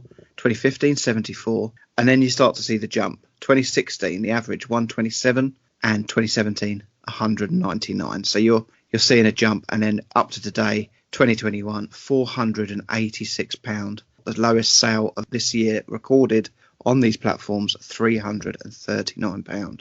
Crazy. I just said to you, I bought quite a nice one. I bought it at farthest from off a friend of ours for £70. That was about 2015. That's on the lowest end of that scale. So, I mean, that kind of jump just for that figure is incredible. Now, I don't know whether anyone else sees this, but when I look, the A-Wing pilot doesn't come up very often to me with its weapon. Now, he's jumped from, in 2013, 50 quid to this year, £250 average. That's not just a rise. And I know you were saying about Anakin, weren't you? Stayed the same. You're pretty much on the money there, Mark. I mean, 2013, the cheapest one sold was £3, and the cheapest one sold this year is £13. They're all roughly between £13 to £25, although one sold for £70. I don't know what was going on with that one. Somebody had been on the source that night, hadn't they? And they'd not done the homework, and made a big mistake there. But I'm surprised somebody hasn't seen that sell for £70, and then all of a sudden everybody's coming out of the woodwork trying to sell Anakins for 60-70 quid. Yeah, it's. Have you seen the price for graded ones? We talked about the fact that generally these are a little bit unplayed with, and there's no accessory to lose. Yeah, well, but if you look crazy, at the price, isn't it? Look at the price of the top selling graded one for 2021, £218. This highlights what a bloody con grading is, as far as I'm concerned. How can that possibly make that figure more than 200 quid more than what it should be if you were buying it loose? It just, honestly, expensive opinion, isn't it? It's just ridiculous. Look at the Yak Face. 2013, the cheapest one sold £67. The most expensive sold in 2013 that was on these platforms, so that's eBay, auction houses, £123. And you come up to today, so 8 years later, the cheapest one sold £240. The most expensive, this is loose without graded, £516. And I'll go to graded. The most expensive graded this year, £810 for a loose figure. It's absolute madness. But this is the madness with grading, because people become a graded collector and they only want 85s or 90s, or they only want 90s. And then when one comes up that someone one Friday afternoon decided is a 90, people fall over themselves for it. They're not loose collectors, they're not Star Wars collectors, they're graded collectors. And it is a different breed. It is a different beast. It's a different hobby. To a degree, the impression I get of people who chase these grades are people who are almost afraid of getting stung by buying something that isn't graded. So they want the security of purchasing something that has been graded by some fella in an industrial unit in the middle of England. In his opinion, accounts for that added value. And whereas you and I know, it just takes a tiny bit of time, a bit of experience. It's a marathon. It's not a sprint. You save yourself so much money. I think people are just prepared to chuck this money away. These graded spikes in price seem to coincide with the newer films, and I just think it brought in a different type of collector. We had investment collectors for the first time, and people were openly going, well, it's a better investment than gold, Star Wars. Well, if you talk to a lot of the auction houses at the moment, and I'm not talking about specialist auction houses like Baptist, I'm talking about your general auction houses, people that are selling furniture and Royal Dalton and jewellery and all the rest of it, they're all saying Star Wars toys at the moment is absolute premium stuff. People are falling over themselves to get hold of it. Yeah, we've seen Warwick was the big jump, wasn't it? That was what's amazed everybody. So look at this as a jump. Okay, let's go back to 2013 through to 2021. Okay, 2013, 35 quid. 2014, 59 quid. 2015, 76 quid. So that's your peak. That's your Force Awakens, where so many collectors came in. 2016, £96. Not much of a rise by 2017, £98. Then 2018 goes up to £117. 2019 drops back down to 97. So it's, I mean, those 4 or 5 years in the middle there, they're all within about a tenner of each other. Then from 97 quid in 2019 to 2020, £210. That jump is incredible. And then to 2021, £280. I think it just falls in line with the pandemic. I think we've just seen a lot of parallels with pandemic lockdown collecting and people, spending their money. They probably haven't been away on holiday, or, they've had mortgage holidays, blah, blah, blah. And they've maybe got a few extra quid in the bank, and they are looking to fill holes in collections because they're bored. They're not going out. They're not doing anything. So I get that, they go online. Why that figure? What, of all the figures that could spike? I mean, we had the first spike I was aware of was the Leia Organa a couple of years back. After Carrie passed away, there was a huge jump in that figure. And it made sense because of the fact that Carrie had passed. And also, it was a huge jump, but it was always in my opinion, with a black blaster being harder to find than a blue blaster because it only came with that one than the other Leia figures, and the capes often rip. It was a figure you could justify spending a bit more money to get a nice example. It hadn't gone yellow, it wasn't ripped, it had the right gun. But a bloody bear. I mean, what is all that about? What I will say is, okay, so this shows you the amount sold across those platforms. As a figure, it is on the lower side. So this year 13, last year 30. So 35 for a whole of a year. This covers ebay.com and co.uk. I think he also covers the Australian eBay on there, the auction houses, and I'm also aware that he does some of the Facebook groups as well now. So 35 isn't a lot for a whole year in 2020. If I just go to, and including graded, 43 sold, okay? But so if you go back to, say, let's go back to Yak, for example, last year, 103, so quite considerably more. But is that awareness? Is that because people don't know what bloody bear it is?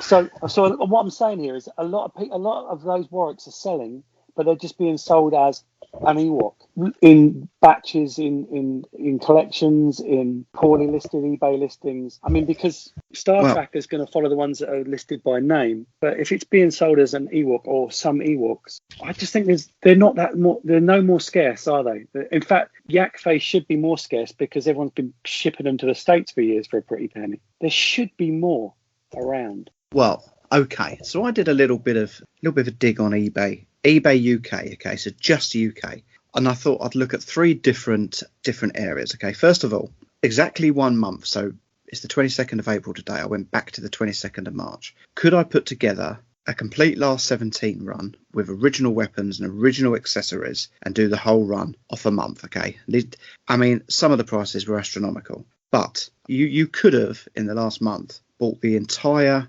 last 17 on eBay with original weapons, getting the best deal over that month. The average, we just said, from Tracker, £2,910. You could have got the best deals and you could have got it down to £2,203. But there was a few anomalies on there, like hand carbonite. You've got to be really careful buying a hand carbonite. It's amazing how many are packed with the Slave 1 carbonite or are packed with the Power of the Force 2 carbonite. I mean, a lot more than the packed with the original carbonite. You're right, Mark, about Anakin. There's been a few Anakins that sold for about £8 on eBay in the last month. In fact, there's one on there at the moment with an opening bid of 5p with one bid on it. That is currently on eBay. But there were some bargains out there. I mean, there was a nice Imp Dig, no nose rub, 59 quid. There was a complete Paplu, 45, a complete Lumat, 64. I mean, these are good prices. Yak face, there was a nice complete Yak face, 195. R2 pop-up, one sold with an original saber, £150. Yes, the sticker had gone a little bit yellowed, but there was one on there. They are out there. Well, the sabre alone I've seen go for more than that, so in my mind, that's a bargain. Do you know what? The most expensive one on that cheap list, on the bargain thing, was Luke Poncho. The cheapest one that had sold complete in that month was 254. But Luke Ponchos, you've got to be really careful. There is ones with reproduction, weapons or accessories selling, and they're selling for like 150 quid with reproduction items. So then I thought I'd go down Craig's little way, get rid of the weapons, okay? Could you put a decent run together without the weapons? Now, this still included all the accessories. So if they had a cape, it included that. If like the Ewoks have still got their head, little hood things on, again, you could get all of them, and that would have set you back 1,160 without the weapons. Quite a vast. I mean, Lando General in the complete one was 195. There was one of them selling, just missing his gun for 33 quid. Wow. It's a lovely price just for that and the cape. I mean, some of the Ewoks, Paplu, 15 quid, Lumat, 25. There was that. So, again, I would say some decent prices. A nice Imperial gunner on there, 50 quid without his gun. So the last one I looked at, I thought was, this was this afternoon, I thought, can I sit down, if I wanted to, and buy every one of those figures on Buy It Nows today, and buy instantly the last 17? I could buy 15 of them today on a Buy It Now in the UK. £2,710, but it was missing an R2 pop-up and the Lando General Pilot. So probably not the cheapest way of doing it, because they're going to set you back another 500 quid, aren't they? Yeah, I think your patience thing, Mark, I think that's quite a important note, because that's just within a month. If you were spending a couple of years trying to get the right ones, we shaved off 700 quid from the average just from a month of being patient. You could do it, mate, and I tell you what, you'd have fun doing it as well. You would have more fun knowing that you'd only paid a fraction for something than you had if you were all of a sudden a collector and wanted to go out and spend. To me, that's not collecting, that's acquiring. Collecting takes a bit more time. Yeah, that's how I would do it if I was giving advice to anybody.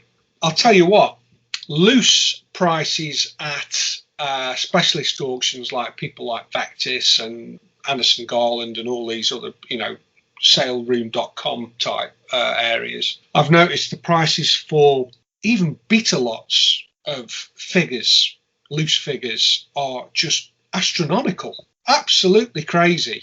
And also, if you go onto eBay at the moment, the lack of good quality, complete with genuine accessories, loose figures, loose Star Wars figures, it's very thin on the ground. They do seem to be very, very thin on the ground. So whether people are moving away from eBay and selling directly to Facebook or forums or grouping them up and putting them into specialist auctions, I don't know. But there does seem to be a real drop-off, I've noticed, of good quality loose Star Wars figures on eBay. Well, let's cheer ourselves up from pressing user prices. There was 15 in that line, okay? If you were putting together the second wave, what do you think would have come? I think Han Solo, Stormtrooper Disguise, I think might have been a given. I think Tarkin probably would have been a given as well. What else do you think? I think we already mentioned it when we were going through them, but the Y-Wing pilot. Yeah, I had the Y-Wing pilot down. I think that was a glaring omission. I think the Cantina band, a member of that, would have been a tremendous figure. Rebel Trooper. Yeah, for sure. The Rebel Trooper's an obvious one, isn't it? Yeah, I think that's a big one. Missed, actually. I totally agree. The Rebel Trooper is the only custom figure I've got. Actually, Stephen Savory made me one. I'm not really interested in customs particularly, but that one figure was just a glaring omission for me from the whole run of 96. Yeah, Rebel Trooper, definitely. I think from the first film, Tarkin and Sand Trooper as well are pretty... Yeah, I was going to say Sand Trooper is another one that it would have been such an easy thing to a minor adjustment to the figure they already had, and yet it would have worked. I would also say removable helmet Vader, because they had the technology. Yeah, nice. Yeah, good call. And I think from the first film, you've already mentioned Dr. Everson tonight, but also Wooer, the barman. I think he had lines, and Garinden, the spy. Oh, Snoot, Snoot. Definitely Garinden, definitely. Yeah, I think he was thing, and obviously Ula. I'm always been a bit in love with Ula. Leia in the bikini. I mean, I know it's a bit taboo now, but not back in 1985 it wouldn't have been. No, that would have been a good call. And Leia Ewok Celebration would have been another one as well, because that was quite a strong look. How about some obscure ones? Because I think that's pretty covered, the obvious. Well, we did mention Uncle Owen and Aunt Beru as well. They've got to be pretty obvious, haven't they? Yeah, that line was 1985, wasn't it? So we'd probably be talking about 1986 for our next run. And I think you look what was around at that point. Star Trek: The Next Generation aired in 1987, so you were already seeing much better representation in sci-fi of female characters. So I wonder whether our new line would include people like Mon Mothma and we mentioned Beru or Yana Dalgargan. But going back to obvious ones, we didn't mention Wedge. He's in all 3 films and he didn't get a figure. General Riken would have been a good Hoth figure. Yep, Don Donna. Also, that white C-3PO, that white protocol unit as well. That would have been a good figure. Good card back. Well, if we can rattle that many off, I'm sure Kenner could have done. You could have made a really strong line. I mean, who's the woman with the 6 breasts in Jabba's palace? Dances across the room. Yana Dalgargan. The Slum Princess, as she referred to herself. She was on. I remember the actress that played her being on Wackaday. She gave an interview because she was in lots of British comedy things and that. And she was interviewed on there and she said, I play the Slum Princess. This was before the film came out. And I was like, oh, wow, what's all this? And then you blink and you kind of missed her. But she was a great character actress. Sort of that Joan Sim kind of mould, isn't she? I think she did Doctor Who and things like that. Yes, I know who you mean. Comedy. Yes, I do, yeah. I remember who you mean now. But I've never seen, if anyone finds a video of it on YouTube or anything, send me the link, because I remember that really well from being a kid of her being interviewed, but I don't for the life of me, I've not for the life of me been able to find that video anywhere. I remember seeing it on TV. It's too late for a sidetrack, but I remember seeing Brian Blessed interviewed about his role in The Phantom Menace and saying he was playing some sort of dinosaur character. I think, oh my God. He just turned up and went... He was just Brian Blessed, wasn't he? He didn't need to do anything else. That's it. Box ticked.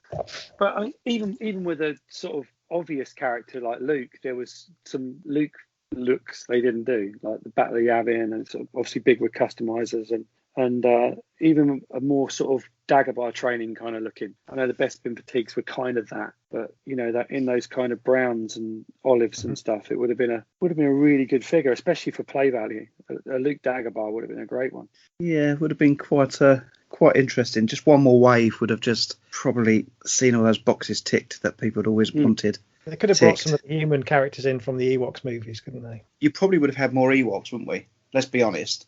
At the time, we haven't got a Princess Nisa action figure. The one that died, the baby. Nikki, the one that does the cartwheel. They should have done one with an Imperial blaster. So there's another 4 Ewoks we could have done. They should have done Kazakh, and then that would have saved me a whole lot of work. You wouldn't have wanted that, though, because that would have been one less video. Yeah, wrong scale as well, so I don't know what I'm talking about. Just that second line.